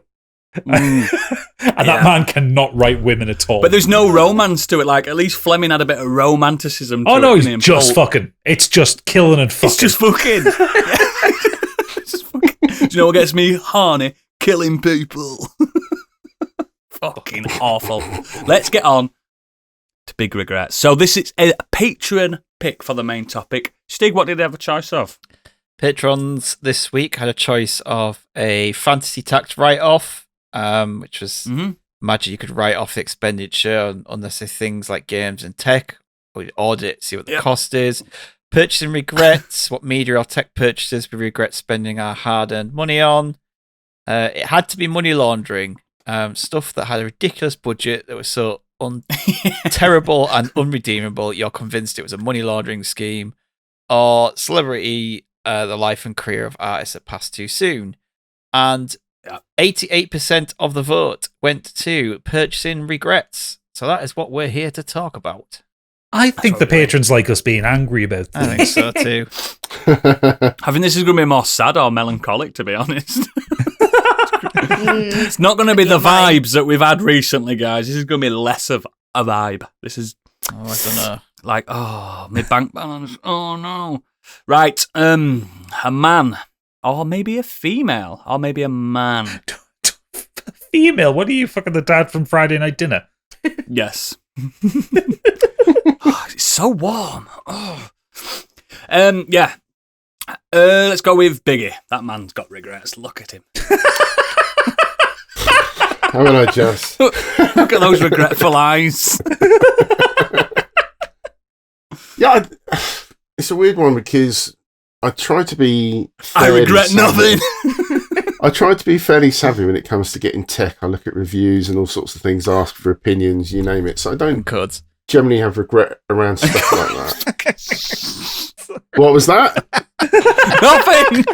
I didn't hear it. What did you say? Nothing, sweetheart. Carry on. You'll hear it in the edit. Yeah, I'll have to. But yeah, I had to drop my headphones because they were annoying me doing these podcasts. I've got quite big ears, and sitting for hours on end listening to you guys attack me. But yeah, it would generally get quite uncomfortable. So it was just something that Oodles pointed out the other day that he always has his earpods in for his, and it just made me think about. It's because I've got fantastic hair, so why cover it up? Yeah, and I'm really glad I made that move. But I obviously, my last set of headphones started to fall apart last year, so I ended up getting a pair of wireless headphones that I don't need anymore. But it's for the right reason. Yeah, on a serious note, I was just thinking back to last week's topic. We were talking about backlog, and I was just going to quickly mention that the other reason why I have quite a massive backlog is also because if I was ever down or depressed, I end up purchasing stuff like that. Yes. And I do a mate. game purchase. Tell me about it. Sort of cheers me up. And I try and do it in sales and stuff. I don't go mad. You get endorphins from it, don't you? It's like, I'm do. feeling better. And they don't last very long either. Retail sadly. therapy. No, they don't, because then you start playing it. But that was something I forgot to mention that made me think about my backlog, was just that's where a lot of it also comes from. Definitely. And speaking of which, my Xbox One just sits downstairs collecting dust because I don't play on it. I don't have time to play the games that I want to, clearly, because of my backlog. But then, yeah, my Xbox One just sits there, just collecting dust. I play. Is it still supported, the Xbox One? Yes. Yeah, I mean, I can still play, the Master Chief Collection I've got on there. I do like Halo. Does it have Game Pass on Xbox One? Yep. Yeah, I still had my Game Pass, but when it runs out, I'm not getting it again because I'm just not playing games on it. It's just pointless. Really don't need it. Yeah. So I realise I don't have the time to play the stuff I want to, so I don't need to have 2 subscriptions. So I'll be dropping that. Oh, do you have PS Plus? I do. Ooh, no. But yeah, my massive DVD collection is just a waste of time. It sits in the garage. Physical media in general. Yeah, because you just don't need it anymore. And I was proud of my collection back in the day. I've got a massive collection. I used to like DVDs. looking at my CDs. I used to like just looking, knowing that they were there. Yep. And now it's like, and I just don't I'm glad need them they're anymore. fucking gone. Everything's covered on streaming services. You just don't really need them. You don't need, and the quality is that good generally. I'm sure there's a good Blu-ray or 4K that I could whack on if I really needed to, but yeah, it's all pretty good. But yeah, the main one which we've talked about before is really pre-orders. I've managed to just back off from that now. Yes. I won't do that anymore. I've been burnt too much. It's just really depresses me, the thought of pre-ordering the big games that come out, and you just may not have the time to play them, but there's an issue. We've got to that point with pre-orders where there seems to be every big game that launches has issues, needs fixing, patching. Yep. It's just not worth it, and it doesn't deliver what it's promised. Especially when it's Fallout digital. 76, It's not like you mean? shut up. Especially when it's digital. There's no point. Oh, it's real. It's not like they're going to run out, is it? No. No, yeah, true. Like I understand it if it's like a pre-order. You can't run out of a pre-order. Yeah, pre-ordering digital is so weird actually when you think about it. Yeah. What a weird concept. I am And the money booking my is so slot. much more as well. It's so more expensive. And people Which say, takes the no, but piss. I like it downloaded for when I get back from work. Well, I can set someone downloading from my phone while I'm at work. You know what I mean? It's not a thing you need anymore, is it? But you get better hats if you pre-order it. And everyone likes hats and stuff. You know what I mean? You get a new hat for people. Fuck that, man. Basic bitch me. Yeah, that's pretty much my list. It was just thinking a few things that I got, but I don't actually have anything that I particularly regret getting, apart from whatever Stig said that I will find out. Oh no, that wasn't a regret thing. Just a little jab. That's cool. Oh, no. But yeah, Jab, that's it fucking for me. hell. I, You make I it have in, mate. regretful things I've bought. So, yeah, go on then, Stig. All right, start with the games. Oh, we're starting with something. Pre-orders is exactly this. Deathloop, swept up in the hype, pre-ordered last minute, didn't receive it for about 3 days, was kicking off that I didn't even get it for 3 days. Yeah, I remember yeah. that. Played it for a few hours, never clicked, Shite. didn't go back to it. I don't think it's shite, it just didn't click with me, just for whatever reason. I don't think it's a shit game, it just didn't click with me, and then it sat there. I was like, I'll go back to it, and then it came onto Game Pass before I even looked at going back to it, so I've just sold it. So that was a full price I paid for not, like, Awful Cyberpunk. when it happens. Again, swept up in the hype, paid full price. Even though it was playing fine on my PC, I'd heard that PC players were having issues after the prologue and when you got into the open world, so I stopped after the prologue and just never could be asked to go back to it, so I paid full price to play. Open world's a strong, barren world, you mean? Yeah, so I basically paid full price to play the few hours of opening prologue missions. The openings, like I've said it before on this podcast, the first 3 hours of Cyberpunk are incredible. Yeah, but not worth 35 quid. no. As soon as Keanu turns up, it gets wank, and it's not because of him. That's just bad timing on his part. Halo 3 Special Edition. What was special about it? It came with a lot of classified documents, a lot of crap like that, some artwork. What do you mean classified? You know when you get like artwork, like law stuff. yeah, law stuff like physical ones. yeah. Physical Oh, that's pretty cool, though. physical document. Yeah, but they just sit in the box, don't do anything with them. Artwork. Yeah, You don't even read them. I had that with Reach. It was in like this big canister thing that had a load of stuff. It might have been Reach actually. One of them there was a behind the scenes DVD which I'll never watch. Never watch that stuff. That's Reach. And some patches you could sew onto shit. Yeah, so I don't care about any of that. So I don't know why I paid the extra money for it. You're not even bothered about the law. I just want the game. I don't know why. Yeah. It's weird, Yeah, isn't it? I don't know why. Just a waste of money. It is a hype factor. It's a hype machine. Yeah. It sucks you in. I've got the worst FOMO in the world, mate. This- I only have to have Gadget to say, you need to play this, and I've bought it. And he knows I'm scared. He still does it to me. It's a feeder. This wasn't a hype factor. This was a recommended by everyone who said it was an amazing game, but it just doesn't click with me. Yeah. Persona 4 Golden, when I got my Vita, everyone said it's the best game on there. So I bought it, It is. didn't like it. They're not for me. So that was a waste of money. It's the best Persona game as well. Yeah. So, Come at me, Persona 5 fans. speaking of the PS Vita, the PS Vita. PS Vita. So this is probably the biggest thing on here, second biggest thing I'd say on here, because I was all geared up for this. Is the next generation of console. I bought my PS4. I had a bit of spare cash. It looked so good. Bought the didn't it? PS4. Bought a Vita. The Vita is a great little machine, but the first party games on it are shit. Apart from Tearaway, Yep. like it ended up just being an indie. Tearaway's the only essential game you need to play on the Vita. It was like an indie machine. Gravity Rush was good. Or Yeah, it was, wasn't it? Or an old PS1 game machine. I could have played them on something cheaper. But yeah, it feels good. It's a great little machine, but they just didn't cater to it, and it just felt like a waste of money. And I thought, I can play this remote play. So if I want to, I could sit in my bedroom in the bed, and like I do with my Steam Deck. Never worked. Did the remote playing? It was terrible. Speaking of which, the PSTV. When I thought, I'll tell you what, instead of using, it's a little box that you could plug into your TV in another room, and you could remote play. So I could remote play my PS4 on my TV in my bedroom rather than using the PS Vita. Yeah. It's just a good idea. You could also put Vita game cards into it. Great idea. Didn't work. Absolute wank. Shite. Oh, shit. Yeah, it didn't work very well. It's not like. But if you hack it, you can turn it into a little mini Vita. I can't be asked doing all plays all that. the emulations. Pointless. Well, I did. It's brilliant. Love it. Nah. But that's not what it were designed for. Not what I wanted it for. I wanted to stream my PS4 into the bedroom. Yeah, make life a bit easier. Despite the fact that my PS4 and the router is there in the room directly below us. Really? And it just didn't do Signal it? was still crap. So weird that they do that. They design that kind of shite. Speaking of consoles which couldn't do that, the Wii U.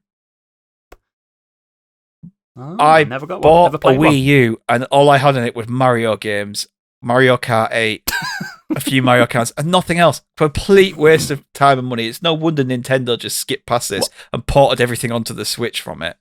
What was the Wii U like for like third-party games and stuff? Because I don't know. Genuinely don't know. I didn't know me either. And I had one. Oh. Weren't it a big issue that they got Mass Effect 3 on it? No idea. I didn't. Sure, they got Mass Effect 3 Did on it? Wii U, and everyone were like, yeah. I just wanted the got next Mass Effect- Mario Kart. Yeah, you got the third one. I just wanted the next Mario Kart game, and I thought they'd release some other good stuff on it, but everything that was decent was either I completely just skipped on the over it. just put to the Switch straight away. So the gamepad was crap. The idea was sound. You've been able to play the game on the pad if you're in the room. What's the screen like? Is it a good screen? For the time, it was fine, but LCD. Yeah. Again, the range on it was so rubbish that I couldn't even play it in my bedroom, which is above the Wii U, in the room above. Is that not actually designed so you can go anywhere else? No, Like, it's with the literally toilet Bluetooth. stuff? You could play it in the same room. There's nowhere to play anywhere else. Oh, that's awful. So yeah, that just ended up being a massive waste of money. And then we just got a Switch, and it just sat in the kids' room, and was a DVD player for the most part, or a YouTube machine. Yeah. Yeah, so the kids could watch YouTube. So eventually got rid of that. It was just Were it expensive, were you? yeah. A full price console? No, I bought a second-hand one, but it was still nearly 300 quid, I think. I thought it were a fucking ad-on me when it first came. That's the problem. They are. So did many other people. I was like, I don't need it. I don't really like my Wii that much. I'm not going to get the add-on to it. Christ. Yeah, I only played Wii bowling. just a regretful purchase that. If I could add the foresight to know that the next console was going to come fairly soon and all the good games had been ported onto it. But It wasn't a long lifespan, was No. it, Wii U, at all? I still hate the name for them. I just think it's such a stupid name. Wii U. Does it mean anything other than it sounds like... Well, we means everybody. Does it, as in we? Yeah. Ah, okay. Steam Deck, but not because it isn't amazing, but because it's just because it's making my backlog grow from all the sales that I keep buying and going, I could play this on the Steam Deck now. How dare you be so good? Yeah, that's it. But other than that, it's amazing. A purchasing regret, but only because I sold something to get it. So I do not regret buying the original Xbox. What I regret is selling my GameCube to buy an Xbox. You idiot. Because I've talked about this before, teenage me was like, I've played the Rogue One game, it was great. I played Resident Evil 0, I played Twin Snakes, and then I was like, the rest is all like Baby Mario crap. Now I'd Fuck yeah, off. exactly. Now I'd fucking love Mario games. I'd go back and play those ones. But at the time, I'm like, I want to play Halo. Mate, I put 100 hours into Donkey Kong. Yeah, I On just GameCube. at that time in my life, I was just 100 like, hours. so I was over Mario games and Nintendo first parties, and I was more like, I wanted to play Halo. I wanted to shoot shit, Yeah, didn't you? yeah. You wanted to shoot shit. Call of Duty and the wrestling games on it were great and stuff. You didn't play Metroid or anything on No. GameCube, bro? No, because I got rid of it. Wow. You could get Medal of Honor as well on GameCube. That's what I'm saying. It wasn't a regretful purchase, the Xbox. It was a regret that I'd sold. Rather than saving up for it, I sold the GameCube to get it. This is going to lead on to mine perfectly. Is that your last one? No, just a few more. Cool. Like Biggie, loads of TV shows and DVDs. Feeling like the completionist I am. I even bought shit films just because it was part of a franchise. I stopped doing that years ago now, and I still advocate for physical media, but just for the things that you love. Yes, just for the save it for what you want to save yourself. Yeah, just for the ones you absolutely love, because you cannot trust streaming services because they could just especially for them days when your internet goes down. Yeah, but just I don't trust streaming services to keep stuff on when they remove things. No, they don't, and you never know when a companies might go bust or whatever. So yeah. The ones you love, keep it. For the rest, I mean, you can see the load of them here. And it's so difficult to get rid of them now because CEX will only take like 15 DVDs a day from you. So that'll take me... They'll only give you like 50p each, right? Yeah, that'll take me fucking ages to go through. But there's so much shit in there. They're all pornos as well, looking from here. Yeah, quite a few. There's so much shit in there, like now. It's just... We've started to go through it to take stuff out, but... Yeah, my advice is just keep the ones you love. Paying to go see the last three MCU films. And the last two, Tales of Beedle the Bard. So this is a special edition. This was a book that was released as a special edition.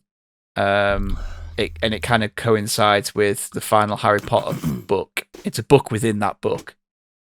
And it was released in a big special edition where it came in like a big, huge kind of special edition box for a book that's like about a fifth of its size. It had this special pouch that it came in and all this other crap. And it was 50 quid. And I bought... For a book? And I bought it. And then when it arrived, I was like, this was not worth £50 at all. So I ended up selling it. Is this a character I have to look out for in the Harry Potter films? It does become important, but it'll be later on, so don't worry about it. So I ended up selling it, but then the grief I got selling it on eBay because some person from Australia tried to buy it, even though it was only UK shipping only. They gave me a bad review, which put my score down, and then I had to wait for the second place to confirm if they wanted it, and all that shit. And I ended up with like £15 profit on it. It wasn't even something that everyone was clamoring for, that I ended up getting double the, or triple the money back.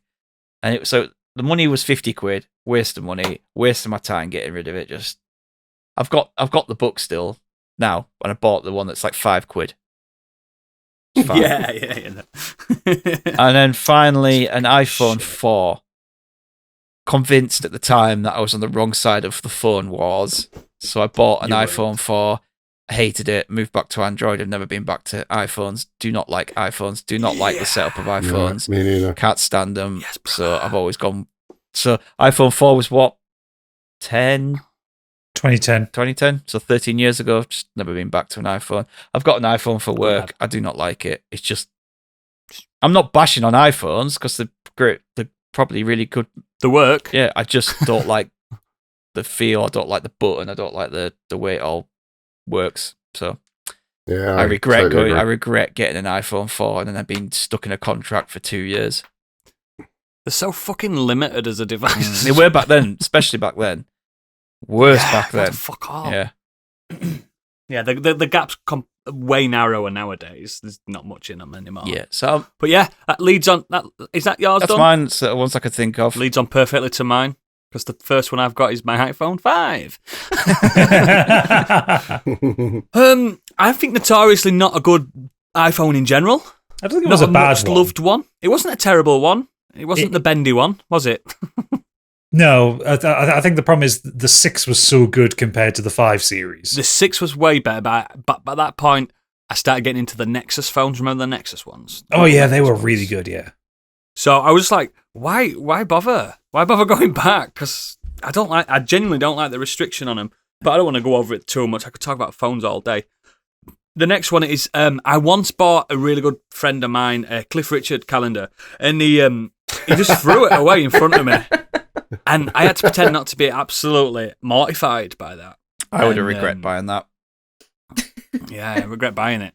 I regret buying it because it's just such a waste. Because he were naked on some of them. You know what I mean? Got recycled though, at least. There is that. Yeah, there is that. He's probably a baddie anyway, Cliff Richard secretly. Bound to be. It's too old not to be a baddie, isn't it? Allegedly. You are for buying that calendar. Well, yeah, this good friend of mine didn't like it. He threw it away in front of me. Sounds like a top bloke. I had to hold back the tears. The other one, speaking of Xboxes, I regret purchasing, then selling my Xbox Series S. Because that's your own stupid fault. Gadget said, wait, Halo's out next week. I went, but someone wants to buy it from me. Because I was literally waiting for Halo as well. Yep. And then I sold it. And then everyone's going, Halo's really good. I was like, fuck. And I still not had my worth from Flight Simulator, because it weren't long after that, were it? Which was another reason why I bought it. A couple of months after Flight Sim, yeah. Flight Sim came out in the summer, Halo was out in the winter. And then, because of my vivacious consumption of digital games and stuff like that, Game Pass is basically made for me. It is. And I'm just completely ignoring it as a platform, because I'm just not in that ecosystem in it. So I genuinely regret selling it. I sold it for good reasons, because I was skint, but then I got promoted a few weeks after as well. I got money. I was like, fucking hell. I mean, Oodles, case in point, this week there's a game just dropped on Game Pass that's absolutely perfect for you. It's called Infinite Guitars. And it is a combination of rhythm action game and JRPG with an anime style that involves humans with guitars fighting mechs. Dude! Yep. Dude! It is literally as if it was made for you. That's like a wet dream for Oodles. That is a wet dream. That's a game I'd make if I had my own studio. Get on it, boys. These are the key points to hit. Mechs, metal. Fucking hell. But yeah, I genuinely regret it. And another Xbox regret. But opposite. So, this is a story to it.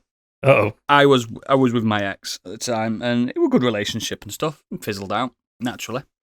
And I had the PS3 at the time, and I wasn't consuming games as much at that point because I was consuming other things instead. So I was quite distracted. But I did like my moments on my PS3, Metal Gear 4 and stuff like that. Big fan of all that. And you still got all that third-party goodness on PS3. Some of it were fucking broken on PS3, though. That was a problem. A lot of games were fucking broken on PS3. But I got convinced by my ex because she says, I really like this game, Left 4 Dead. And I'd not heard of it at that point. Now, I mean, people know that listen to this. I love Left 4 Dead now. Yeah. Like one of my favourite games. And I went, okay. I'll trade this PS3 in. I love you to bits. You know, pride and joy. I'll do this for you as my girlfriend. Do you know what I mean? I'll get this. Took my PS3 in. I managed to get the original white 360. Yep, big lad. Stood up one game and sold my PS3. My PS3 was worth way more than that, so I got loads of money left. So I bought all these games and that. Took it home, turned it on. Red Ring of Death, day one. Oh dear. Went back to game same day. Luckily, she drove. That did help. So we drove back. Oh, this got Red Ring. Oh, sorry, we'll replace it for you. Got the new one. Took it home, turned it on. Red Ring of Death. Oh no. This went on 5 times. Wow. What? 5 times. 5 red ringed Xboxes. Yes, fun game. They're all pre-owned, obviously. And eventually, the manager at that game said, "This is beyond a joke now."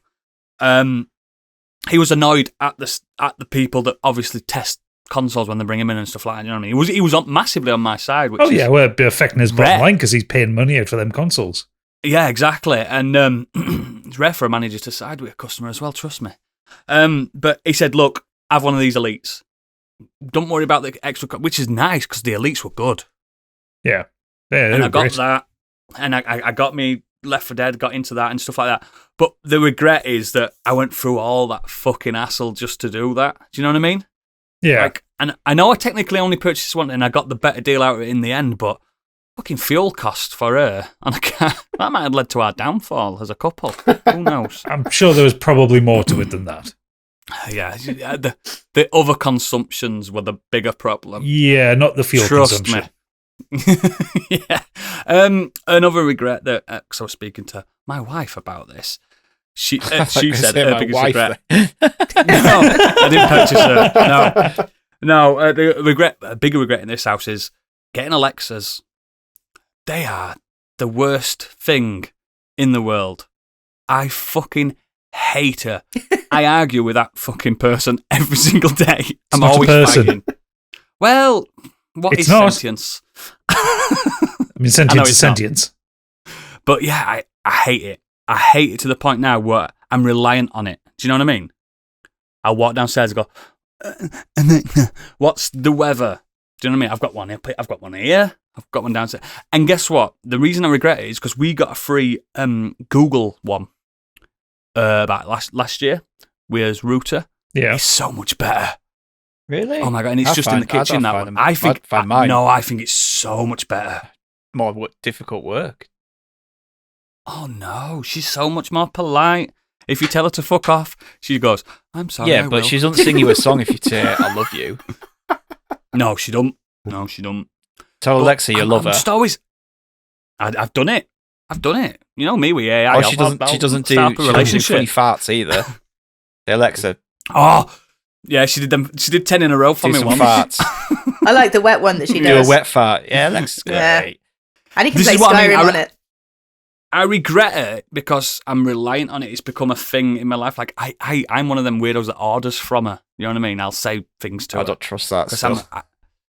I do it. I've got Prime and everything. I do it all the time. Like, because we don't do big shops, we just get bits and we get a lot of our shopping from Amazon. So I know people don't like that company, but I don't give a fuck. I like what you like, innit? But I regret that now she's in my daughter's room, my son's room, my bedroom, and the living room, and we've got a Google one in the kitchen. And I'm always like, I will walk down the stairs to speak to the Google one instead. And they're all linked to the same thing. But I prefer her. I think she's a bit sexier. The Oh, I've changed mine to a guy. Oh, yeah. Oh, yeah. He's The best thing on about your them, own. if Yeah. it's got them in their rooms, though, is that like being able to speak through your phone to them, people in the. Yes, I do it all the time, mate. It's so good. Yeah. It's so My good. daughter But yeah, was trying to get a song played on the one that we've got downstairs in the lounge, and Yeah. she couldn't quite understand what my daughter was saying. Just couldn't pick up the song or whatever. So then Yeah. my daughter turned around to me and she goes, Alexa doesn't know everything, does she? Which I love. This is what I mean. Like, you know, I'm a massive pisshead, and sometimes sometimes I'll be drunk in my own house, drinking on my own, and I'll start talking to her, and you imagine things I'm doing with her. No wonder Becky got jealous. And I'll say something. I'll say, Alexa, what's your favourite Shakespeare quote? Or I'll just get into this deep conversation, and I know it's not real, but I hate that it exists, and I regret letting them into my life because I'm so dependent on them. Do you know what I've got mine is when I say goodnight to it, there's a whole routine, but it will tell me a different like goodnight sort of phrase every night. And I like the one that says I do it. and because it's a guy, it says, "Good night, enjoy your beauty sleep. Not that you need it." I'm like, yeah. Oh, I get all Oh, he's smooth. Yeah. this is what I mean. Like, I'm one of the only weirdos that uses Bixby on a Samsung. Do you know what I mean? I like AI things. I like them. That's what I mean. Everyone's like, no, Fuck not Bixby. using that. But I do. I talk He's to him a on my dick. watch and everything. Remember when Samsung put a dedicated Bixby button on the phone? Bixby And then button, soon yeah, they got rid of then that. The next They got one rid of came that. out and they ditched that idea. Yeah, but I use them. I don't, and I hate that I do use them. Do you know what I mean? Because when you've got ADHD, right, you'll talk to anything. Anything that's a good listener, it just becomes like, I just regret like the purchase and getting them into, because it was my idea in the first place. She was like, no, we don't need one of them. I'm like, we do. We do. I just use it for music. Yeah. And they're all so super cheap as well, aren't they? Yeah. They're actually They're not surprisingly good. expensive. They're surprisingly good speakers. I just don't like having them. Yeah. Do you not have one at all? We've got a Google Nest Mini that I got free Yeah. from Orville when I joined them, and it's never been Yeah. plugged in. Try it, mate. You never know. No, I didn't want Google to be listening to us, man. Oh, they listen on your care. phone. What you You've got to walk hiding? around with a phone in your pocket. They're already listening. I know. What They you know hiding, everything pal? you search, everything. They know already.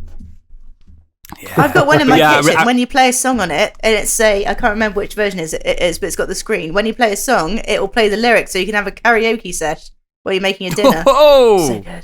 there you go. Yeah, I regret the integration of AI or VI, whatever you want to call it, or virtual assistants, whatever, into my life, because now it's become where I will probably be that old man in a old people's home with one in his little room. For your will. Because, yeah, probably. I Mine just will be going think beep when it I goes. think they're great. And again, you can imagine me drunk, getting them all in one room, sat round it, having a party with me. Little hats on. Why aren't you drinking your drink, Alex? Come on, drink. I'm just that kind of person. But yeah, I regret it. I've got others, but we'll leave them for the green room. Who haven't I picked? Me and Candy. Candy. Me, my turn. Regret. Do you know what? Purchase. Like tech and stuff, I haven't got in terms of games and media, not that many regrets, because I feel like, with the exception of the AAA games, I'm not spending enough money that I truly regret it. It's more of an imbuggerance. Do you know what I get from you? I might be wrong. I don't hear you like playing and buying a lot of indie games and stuff, do you? I do. I just don't get around to playing them. But I do spend like more time Gadget. on AAA games. Although that said, like recently, just games like just aren't sticky and can't concentrate.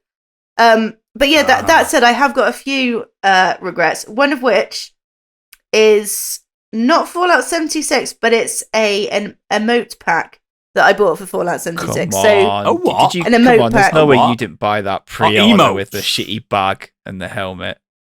I love my pre-order. Fuck And they off. replaced that bag. I've got the T-51B power on the helmet sat just over there looking at me. I love it. And you got the steel Burke and you got a glow-in-the-dark map and I've got it framed. I loved my pre-order. The bag, But do you love not the so game? good. Do you love the game? I did at the time. Still playing it? Sucking on the teat No. of Bethesda. Yeah, no, I'm not playing it. And yeah, that's not the reason I'm not playing it, but this emote pack. So you can do like several emotes, so your character will do something. Like waving and stuff. Yeah, basically, but it'll show a little icon above your head to kind of demonstrate what you're Yeah. trying to say. And there was a Christmas emote Well, can't pack. your microphone do that? Yeah, but who wants to talk on a microphone to people you don't know? Yuck. I don't know. I don't play with anyone. I don't play games Well, with people. Well, exactly. There you go then. Fuck people, mate. They're I thought horrible. that was a little Absolutely. jab at Oodles talking to Alexa then. It would be much easier in life if you had a little icon appear over your head so people knew what you were thinking. So anyway, I bought this emote pack thinking I'll have a cool my character will do something cool and I'll get the little emote pack. No, just it did the exact same emotes that I had already got, but just a different icon above my head, which wouldn't have been so bad had it not cost like £12. So- for a pack of emoticons. Emoticons, yeah. So that wasn't so good. And following on No, it wasn't. Following on from that is probably not that I didn't enjoy it at the time, but the sheer amount of crowns that I bought for Elder Scrolls Online, which is the currency that you buy with real world money to what I was doing. Because the game's free, isn't it? I think so at the moment. Yeah, you can pay something like £10 a month, and you get all the different lands and all the different quests and stuff. Plus, you get a certain amount of crowns, or you can buy the thing. But the way it's set up is that it makes it basically, unless you're paying monthly, you are at a severe disadvantage. And £10 a month, it's fine. If you're playing it all the time, it's fine. It's not bad, is it? What is not fine is the amount of money that I was spending to decorate my houses. And I got my joy out of it at the time, but I was... Was your real house decorated? Oh no, still don't have a bed or a toilet. My ESO houses, See, though, there's the are problem. fucking lit. And the reason for that is I've spent probably the best part of £1,000 on crowns. Wow. Maybe even more. Fuck off. Wow. So buying... I'm shaking now. So buying one of the bigger houses that and the housing for me was like a really big part of what I enjoyed with it. So Why don't you just play Sims? I should have just played Sims. You could There's spend no a reason why fortune I on didn't. Sims. I was going to say that's about that can 950. just be as bad, can't it? I'm a Gadget real works victim. out something. I'm a victim of advertising and seeing something that I just desperately need at the time, but it's contributed. Do you know what nothing game to you my life. genuinely love? You genuinely love Animal Crossing. Probably, That's basically that. but I'm not buying a Switch just to play one game or two because I play No, Zelda. no, exactly. So yeah, the sheer amount, and it was at a time when I really couldn't afford to be spent. So I got into an ESO during lockdown times. So that was not a time where I could afford to be spending money on a rocking horse for my pretend house. So regret. Oh, you mean when you were getting shafted as a self-employed business person? Well, yeah, exactly. And you mean then? still living through the shafting now, but it's Yes, absolutely. But it's We've got a great government, guys. But it's not. Sorry. It's not even so much that you are able to buy things. That's fine. It's the sheer volume of stuff that they throw at you and the price of Is things. it predatory? And it's not predatory, and it's a pay to win type thing. You for the majority, although they do loot crates, but for the majority of things, you can see how much they cost in crowns, not in real world currency. And you can so buy what's a crown to a quid? I can't remember now, but it was not particularly great. Gadget, get me the exchange rate from a crown to a quid. I mean, he's on it. He's on it. Look, the man in the chair. There's even a full-on sort of like online currency type thing. Like you can sell An exchange. yeah, Bureau an de exchange. change. Yeah, so you can I was spending real world money on crowns and real world money to buy in world ESO money. So It's the only reason the country's still going, I think. Yeah. Thanks to your crown buying. Yeah. The economy has been lifted. Well, you're welcome, everyone. It's a good job you don't play like EVE Online, these games that have vast economies. Well, you'd even be lines, you're fucked. talking thousands, aren't you, for a ship? Yeah. These are vast economies that people have become real life millionaires from. Yeah. But there's no way you can become a Insane. real life millionaire on Elder Scrolls Online. So that's No. probably my biggest regret in terms of media stuff. PSVR, I regret paying as much. When did you last play it? Well, I never got the little wire so that I can't play it on my PS5. So I haven't played it since I retired the PS4, which was the day the PS5 came out. Do you want it? I've got one. Oh, if you got I'll one, send you one. yeah. I've got a PS. Pretty sure I've still got that wire. I'll see if I can find it. Oh, that's amazing. Maybe I will go back on it. But yeah, it's the price that I Play paid. it for half an hour. I mean, I paid it. I played on it a fair bit when I got it, but had I even got that wire, I don't know how much I would play on it now. But What's the killer game for PlayStation VR? What's like Resident Evil 7? Resi or something 7, like Skyrim as Yeah. well, obviously. No Man's that Sky, VR? I reckon. Mhm. No Man's Sky. that? I bet Skyrim does actually feel better to play VR. Makes you feel sick though. It makes a lot of people get does it? It's motion a sickness. smooth movement. Yeah. Ooh. Also, Udos, I've just looked it up. So you can get Yes, here we go. 1,500 crowns for $14.99. So it basically works out to £1 per penny. Yeah. Mm. There we go. The man in the chair, ladies and gentlemen. Round of applause. It And took I should me have a remembered that, but ridiculous amount of time to find that. I've- That was really hard to find. I should have remembered. But you are the in-game man that economy, gets me but the info. I probably repressed that memory, so that's the reason I didn't remember it. That's why Gadget's the hardest working podcaster on the internet, ladies and gentlemen. There you go. So there's a couple of other media things that I will leave to the green room. Real life things. I got a couple of. Stig's got that thing in his hand, look. I got a couple of bangers. Oh, that's what I need. I'll send you it.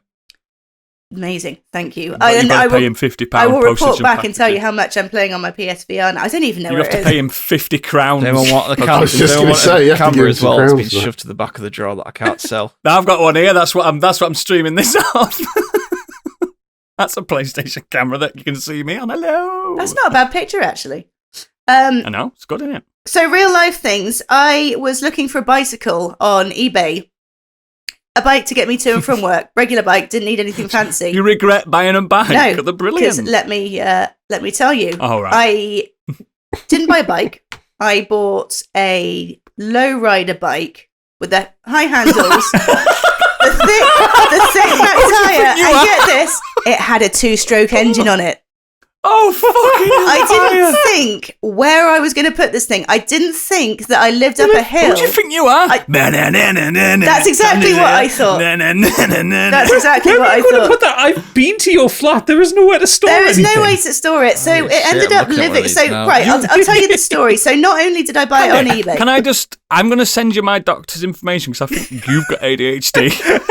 actually that has been discussed. But anyway, I'm telling you, mate. moving on. I've got that different kind Riddled of girl with it. ADHD that doesn't quite come out the same. Oh, it's more powerful. Oh, it comes out It's different. worse. Um, It's worse. So yeah, so going back to the story, so not only did I buy this thing, and it was probably about 250 quid, not knowing how to fill up a two-stroke engine because it doesn't take regular petrol, disregarding the fact Two-stroke. that... It takes two-stroke, doesn't it? Yeah, but where'd you get two-stroke from? Alfred's. Well, I didn't know that. I'm the least mechanical-minded person in the planet. I am, but I still know that. Well, I know less than you. So not only did I It's not like a take that lawnmower. into They take consideration... two-stroke, don't they? Yeah, because they're two-stroke engines. Exactly. So I didn't take that into Well, can consideration. I didn't take into account where I would put this fucking thing because You it's could have bought a bed. I could have bought. Well, I did still have a bed at that point, but it's a whopping great bike. It weighed probably about 160 pounds, I think. I live up a hill. Jesus Christ. I could not use that And two-stroke. it were a low rider. It was. I couldn't use the two-stroke engine to get up the hill because it's not road legal. You And have a suicide helmet on as well with a spike on it. no, but that would have been fucking rad. So I went to, I phoned the buyer as well a couple of days before and said, how big is this bike? Do I need to get a van? Because I had to drive to go get it. It was collection only. Fuck me. He was like, no, it's fine. Just get a hatchback or something. So I did. I You hired a should have hatchback. got the bus and rode it home. I should have done. Had it not been up the M5. I'm pretty sure that's illegal. I don't think you can ride them on motorways. You can't ride them anywhere. That's the trouble. So I hired Yeah, I they're hired not road a legal. hatchback car, which is the most expensive car you can hire for a day. I got to this place, and the guy clearly didn't expect me to have shown up. He looked at my car. He gave me the bike. He looked It's not going in extremely sheepish, and he ran away. He legitimately he fucked off, and he was working in this garage. Did you even pay him? I paid him because I paid him beforehand. Oh. I paid him on PayPal.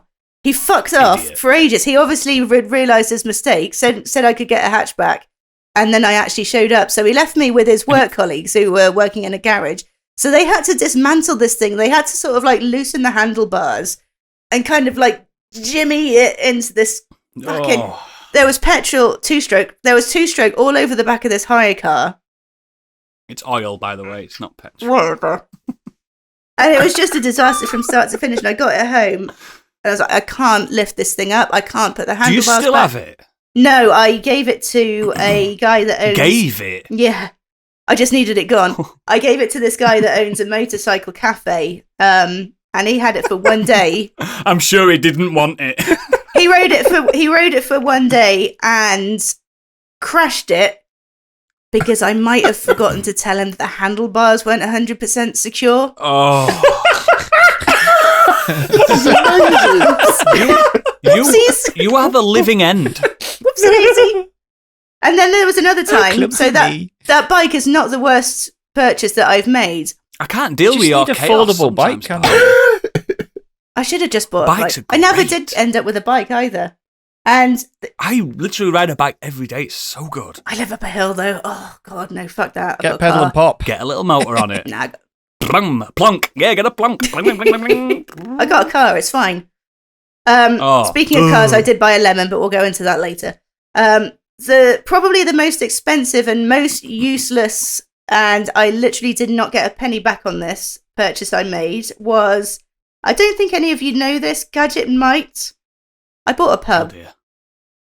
So I knew that. About 7 years I bought a pub. Isn't that a film? We bought a pub or something. It's I know a it's zoo. a zoo in it. This fucking could have been. I bought, You a, bought pub. a pub? Not only did I buy a pub, I didn't buy it myself. Do you have a license? Didn't know you needed one. One of them. Oh. No, I wasn't a landlord. Like I bought it with two other people. I mean, you were a landlord. You owned the pub. Yeah, but I don't think you. I don't know. Didn't necessarily mean Gandhi would have to be the licensee though. But yeah, No, there you was don't need two to be the other license licensees. holder. I bought it with two other people, and how I knew these people they were drink and drug friends. So you would have thought that the red flags, the most reliable of friends. The red flags may have been raised, but doing drugs, you kind of, the veil of sense is taken away from you somewhat. Even in your, you trust everyone. You trust everyone. Not only when you're high, this continues when you're sober. There is a part of your brain that is shut off to common sense. There's any kind of critical thinking. That's gone. Don't worry about it. See you in a year. Yeah, like my pals. Let's walk to Germany from France. Sure, that'd be a good idea. We still did it. Yeah, exactly. First question. What was the name of the pub? The Market House in Western Supermare. Shame it wasn't called the Red Lion. They're all called the Red Lion. Sounds very refined. Well, yeah. It could have been like the Grape and Anchor or something, but no. So yeah, basically, the plan was that these two... The Titty Twister. Oh, that would have been sweet. We might have got some customers then. Smelly pussy, hot pussy, cold pussy, pussy. If you can find cheaper pussy anywhere else, fuck it. Well, I know what's going to be the ending sound this time. Turning into a don't do drugs, kids. Oh, confessional. Honestly. I regret them purchases. Massively. So yeah, to cut a long story short, not the greatest idea in the world to go into business with two people who drank the profits, basically. They had a disease. Sort of turned out that I was kind of the silent partner who paid for everything, and they were the unsilent partners who drank everything. So we just, and I was still tattooing, so this wasn't, I was just funding the thing.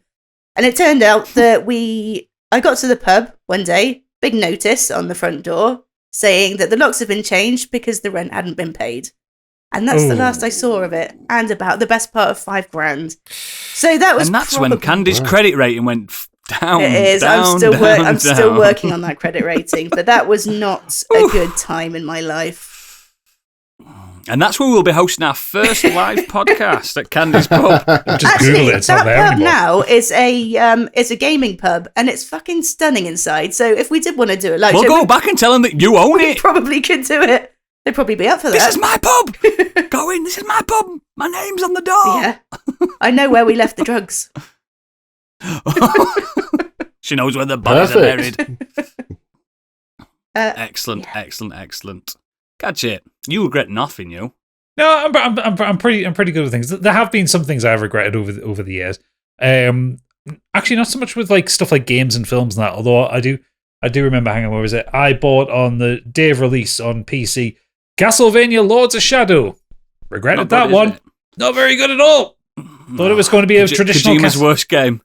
Thought it was going to be a traditional Castlevania game, but with Robert Carlyle in it. No, it was a shit. There was a shit. That's quite good, isn't it? It's not. A different. If you go back and play it, it's not. It's a very bad Castlevania game.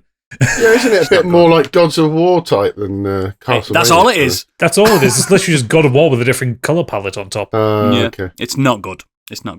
I once bought a guitar online off eBay. That was a big regret. It was like a Telecaster kind of guitar. Turned up, it was awful to play. It sounded like shit. I didn't. I mean, I should have really known spending £150 on Telecaster style guitar. It wasn't going to be great. Yeah, that can't have been good. No. When I buy an instrument, I go in and play it first. Oh yeah, ever since then, it's like I go to the shop. You've got to, play it. Yeah. But the three main regrets that I've got on mobile phones over the years. Yep. Now I've been on iPhone since 2013. Never really looked back. Very happy with them. But I'm talking about this. This is back in the feature phone days. Like back when I used to work with T-Mobile and I could get a new phone. We don't call them dumb phones, ladies and gentlemen. We call them feature phones. Symbian is a great OS, guys. Oh, yeah. But there's three of them I want to point out between the years of 2007, 2009, and 2010. I think before the iPhone, basically.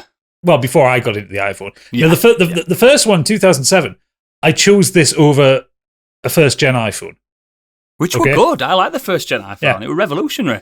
But I chose the LG Beauty. Why? Because I thought it was better. The big chunky touchscreen device. Massive bezels, resistive touchscreen. It came with a stylus. a shite camera. It was like 2 megapixel? No, it was a 5 megapixel camera, but it only did it? it in QVGA resolution, so it was like Shit tiny software images as well. Yeah, terrible software. Oh. But like, so this is when LG got arrogant and they thought they could do touchscreen phones. These were resistive After the cookie touchscreens and stuff like that, wasn't it? Yeah, resistive touchscreens. So they were like soft plastic. You couldn't like multi-touch or anything like that. One finger at a time kind of thing. The keyboard was so shit that it was actually just like a T9 keyboard, so like 1, 2, 3, 4 to 0.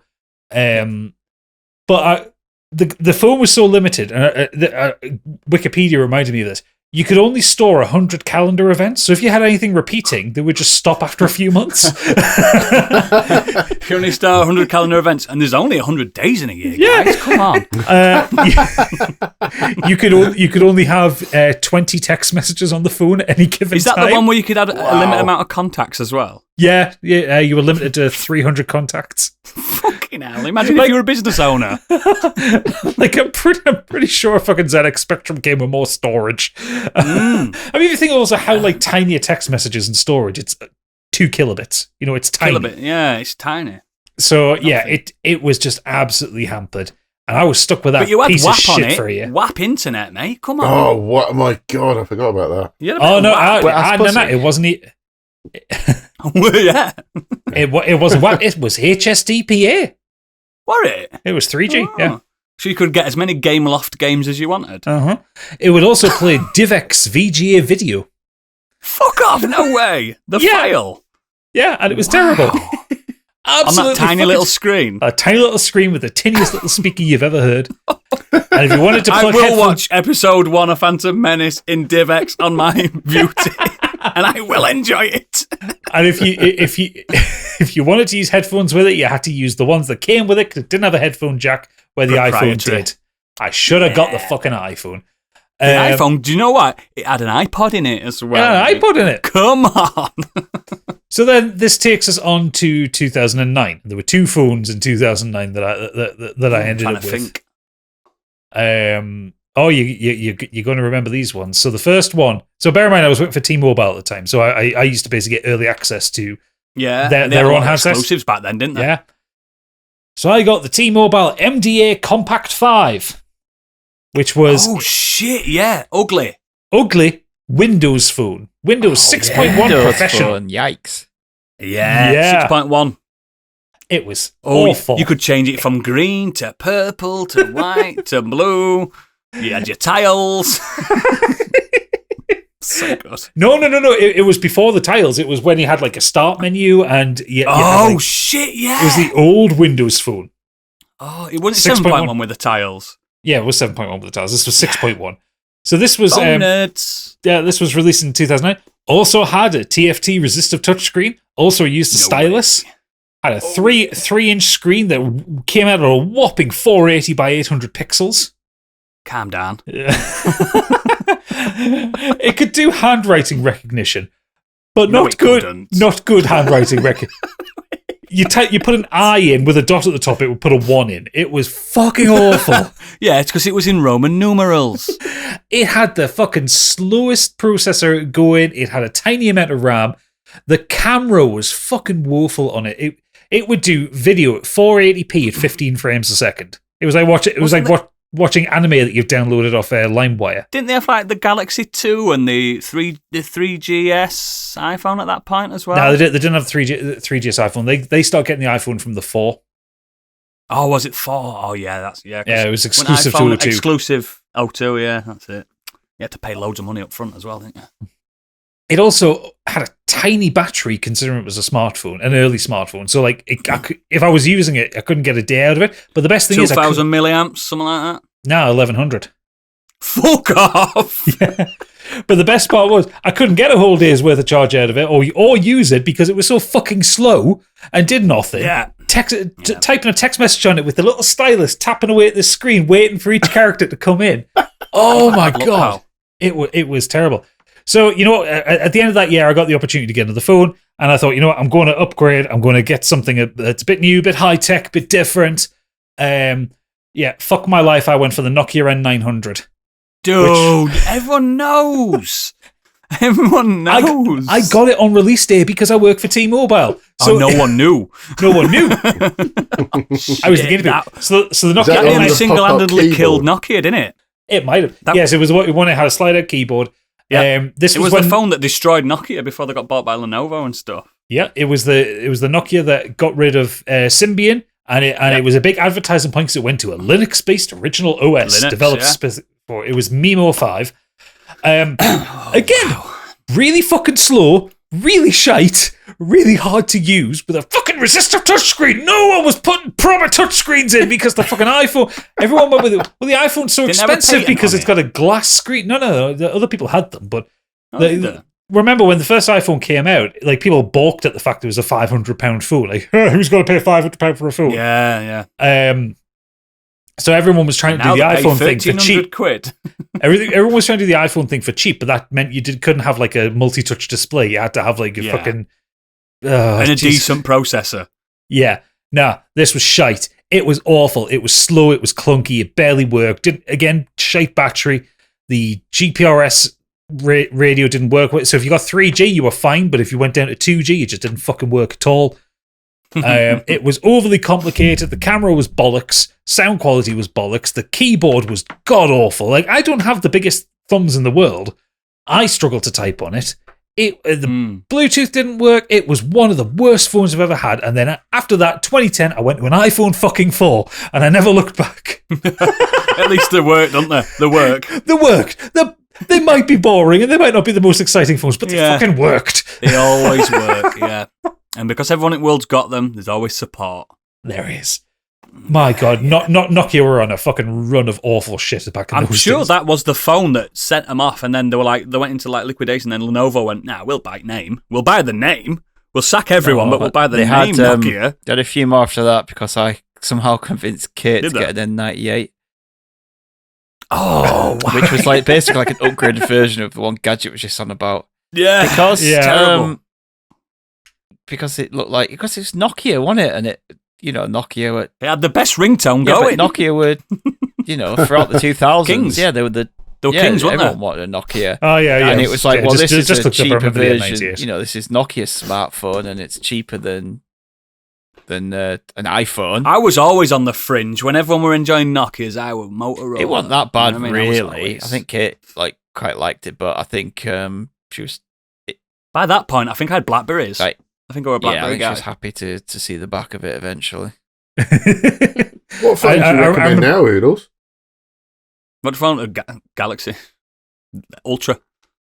Really? There's no point in getting any other phone. It's best phone ever made. That is a PC in his pocket, basically. What I've got. Yeah, same. Yeah, there's no mob.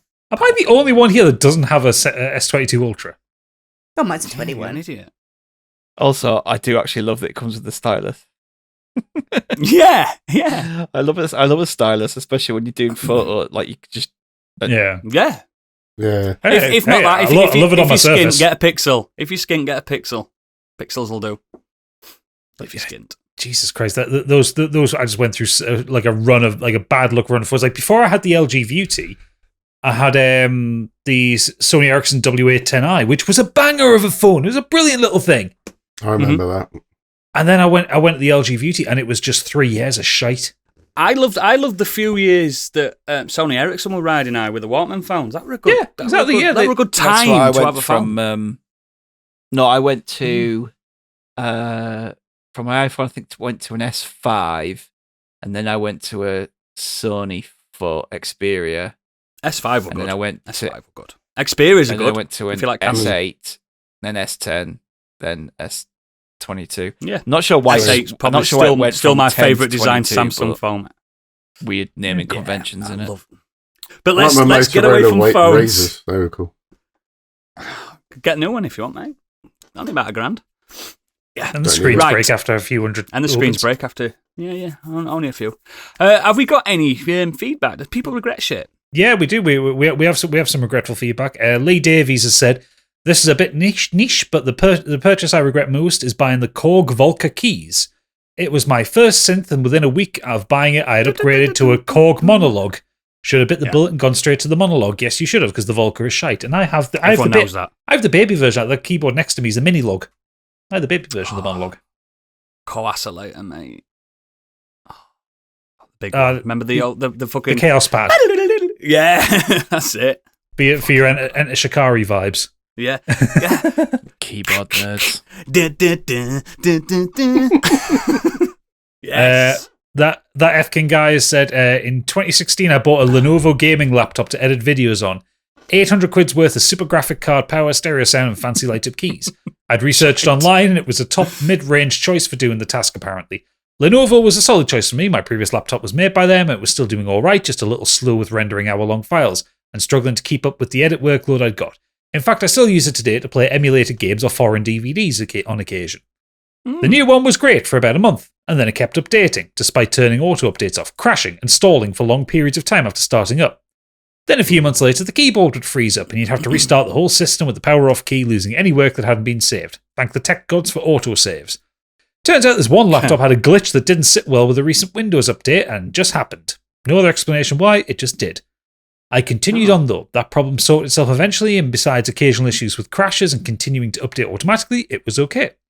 Then one day, a few days after its warranty ran out, in fact, I plugged in a bit of hardware to record all VHS tapes, and an audible pop came from it, and that was that. A few attempts to fix it followed, removed the hard drive, reinstalled, eventually got the battery kick-started, but no further than that. I took it to a repair shop, got it diagnosed. Apparently one of the memory chips hadn't been installed properly and was constantly disconnecting and reconnecting. This would be the cause of the constant crashing, what I assume was the inevitable frying of the entire motherboard. So I ended up buying a Mac for second-hand and much less than kicking myself for not doing that in the first place. They do work.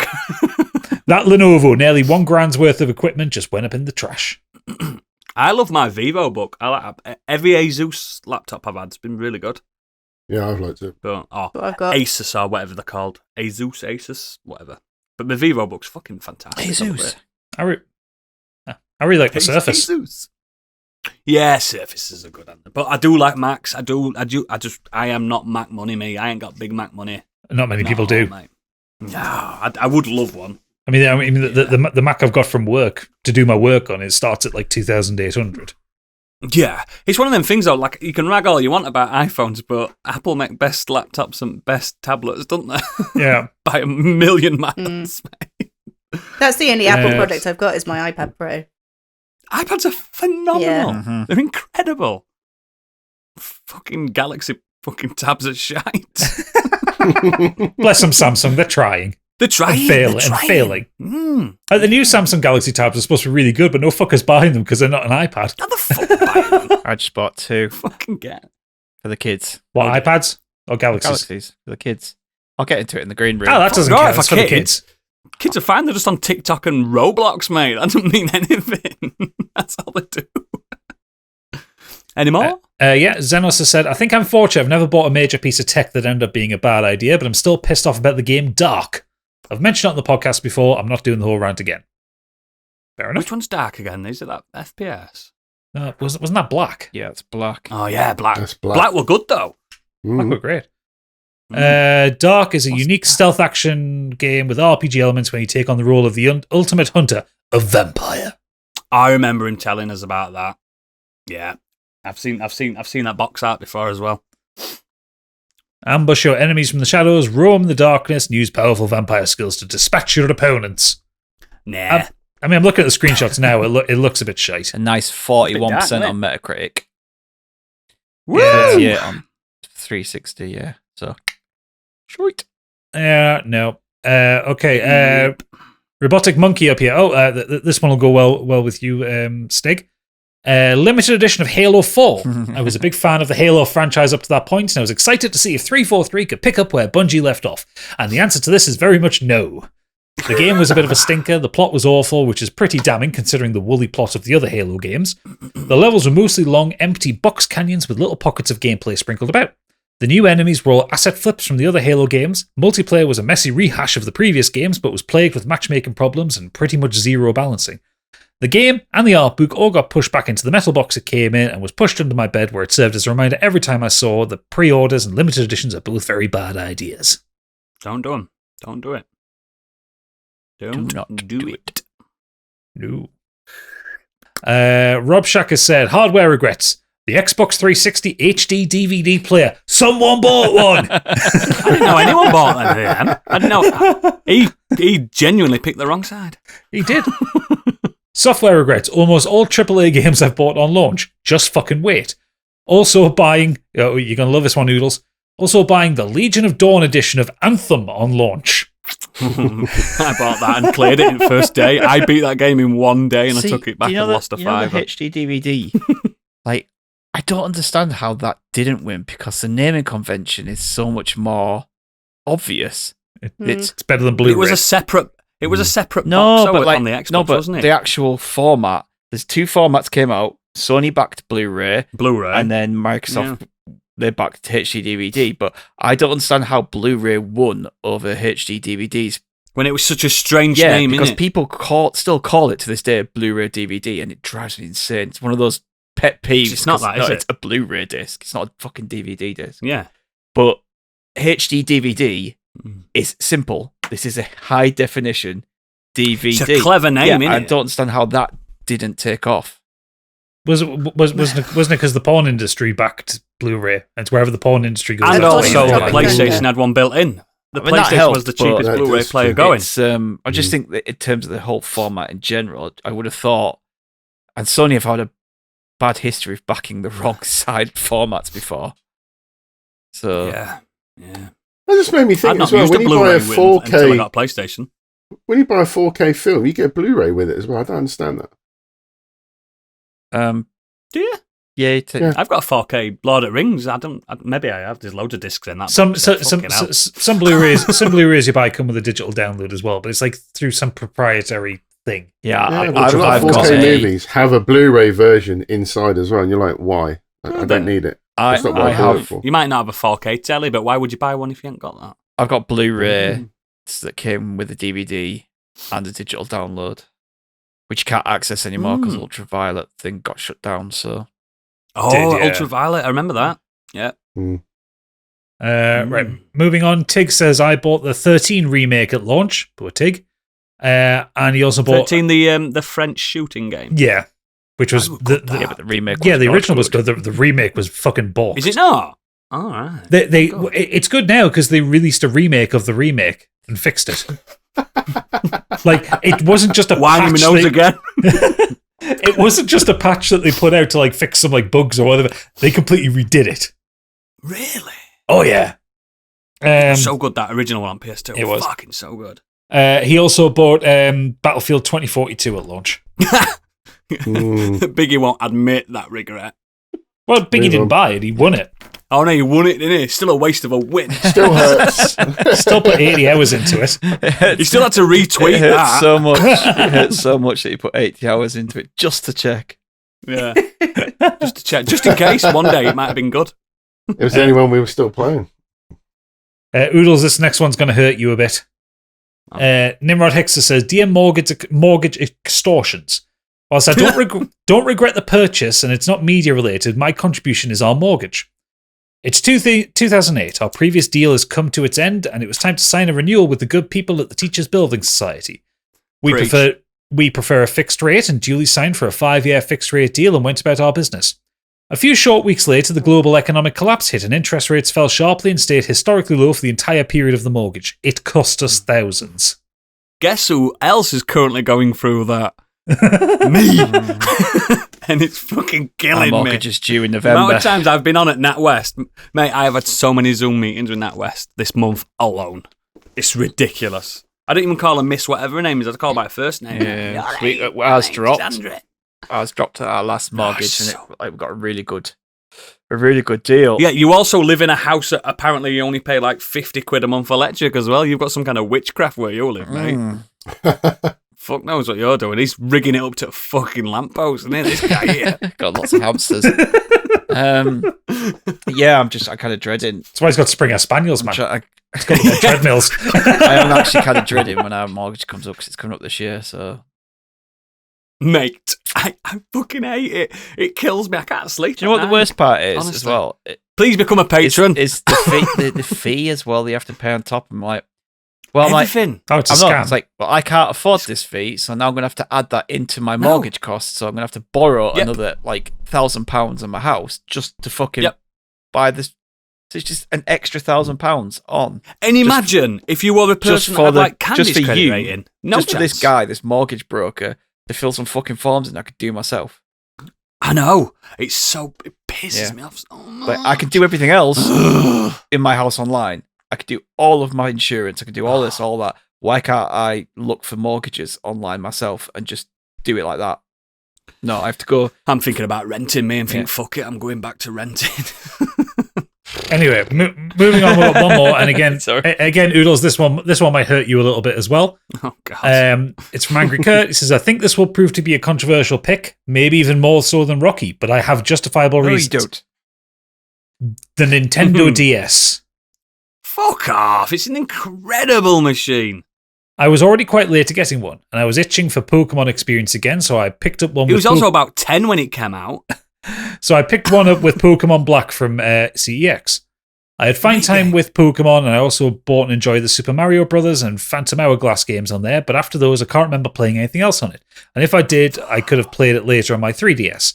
I would never claim the DS as a bad console, as it definitely is a great console, but if you're only into certain genres, particularly JRPGs and RPGs, I was disappointed there wasn't more games which appealed to me, like platformers or action-adventure games, hence I feel like I wasted my money on it.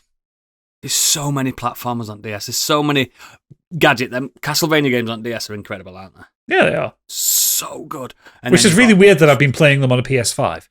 Yes.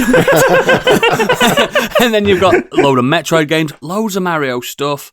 You've got and then when the DSiWare came out, if you had a DSi, fucking hell. Phoenix Wright That was games, so they're fun. great.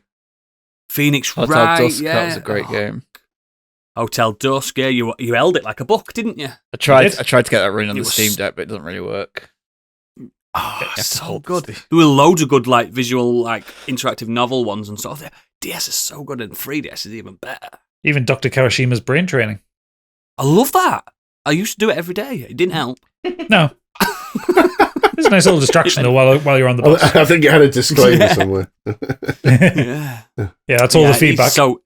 He's so wrong with that DS take. Kurt, you need to start getting better takes. Nah, again, Come on. To him personally, I regret buying a DS because I bought it for Amelia and she barely fucking plays it. Yeah, but you don't regret it because for you. But yeah, I know what you mean. It's such an easy to pirate system nowadays, though, isn't it? It's a Biggie's dream. I Man. wouldn't know. Oh, man. No. I've just Yeah, heard of I it heard. anyway. I don't know. Yeah. Who knows? Anyway, knows? as always, links to all our extracurricular activities are in our show notes and at modernescapism.co.uk. Please find it within your hearts to try out our Patreon, even if it's just for 1 month. It's cheap, and there's a huge back catalogue now of loads of lovely, lovely stuff. Check out his YouTube, his TikTok, Twitter, everything. Don't regret missing out on this content. It's just galore. It's for the price of a coffee. You know what I mean? Yep. Hey, I see our official blue tick disappeared the other day. Where did that go? Oodles found out we had to pay for it, and he was not happy about it. I spoke to our people and went, shut it down. We'll Shut get it down. into blue tick wankers in the green room. Next week, listener, it's the start of a new monthly topic. Guess what? It is next week, Yeah, isn't it? non-fiction. It is next week, yes. Oh, thank fuck. Yes. I know it's non-fiction. I just weren't sure if if we were in the right week. But yes, it's non-fiction. This is going to be such an open monthly theme. I think it's going to be really good, this one. There's a lot. It's basically going to be politics galore. I'm joking. It's not. Oh, that's a shame. I was gearing up for some rants. What we're going to do, we're going to set up as a House of Commons, and we're all going to argue with each other. Order! But yes, please check out the website that Stig spends far too much time on it for people not to go, Stig, you've done really good. You know what I mean? He just wants you to check it out because you'll see what we're doing, what's upcoming and everything. It's lovely. Please support Stig. Hardest work. Come on. Right, so let's end this podcast because I've lost fucking plot because my notes have just disappeared. Oh no, he's gone off script. If you're not a patron, this is the end of the show for you. If you are a patron, we'll meet you in the green room in a second. Goodbye. Goodbye. Cheap bastards.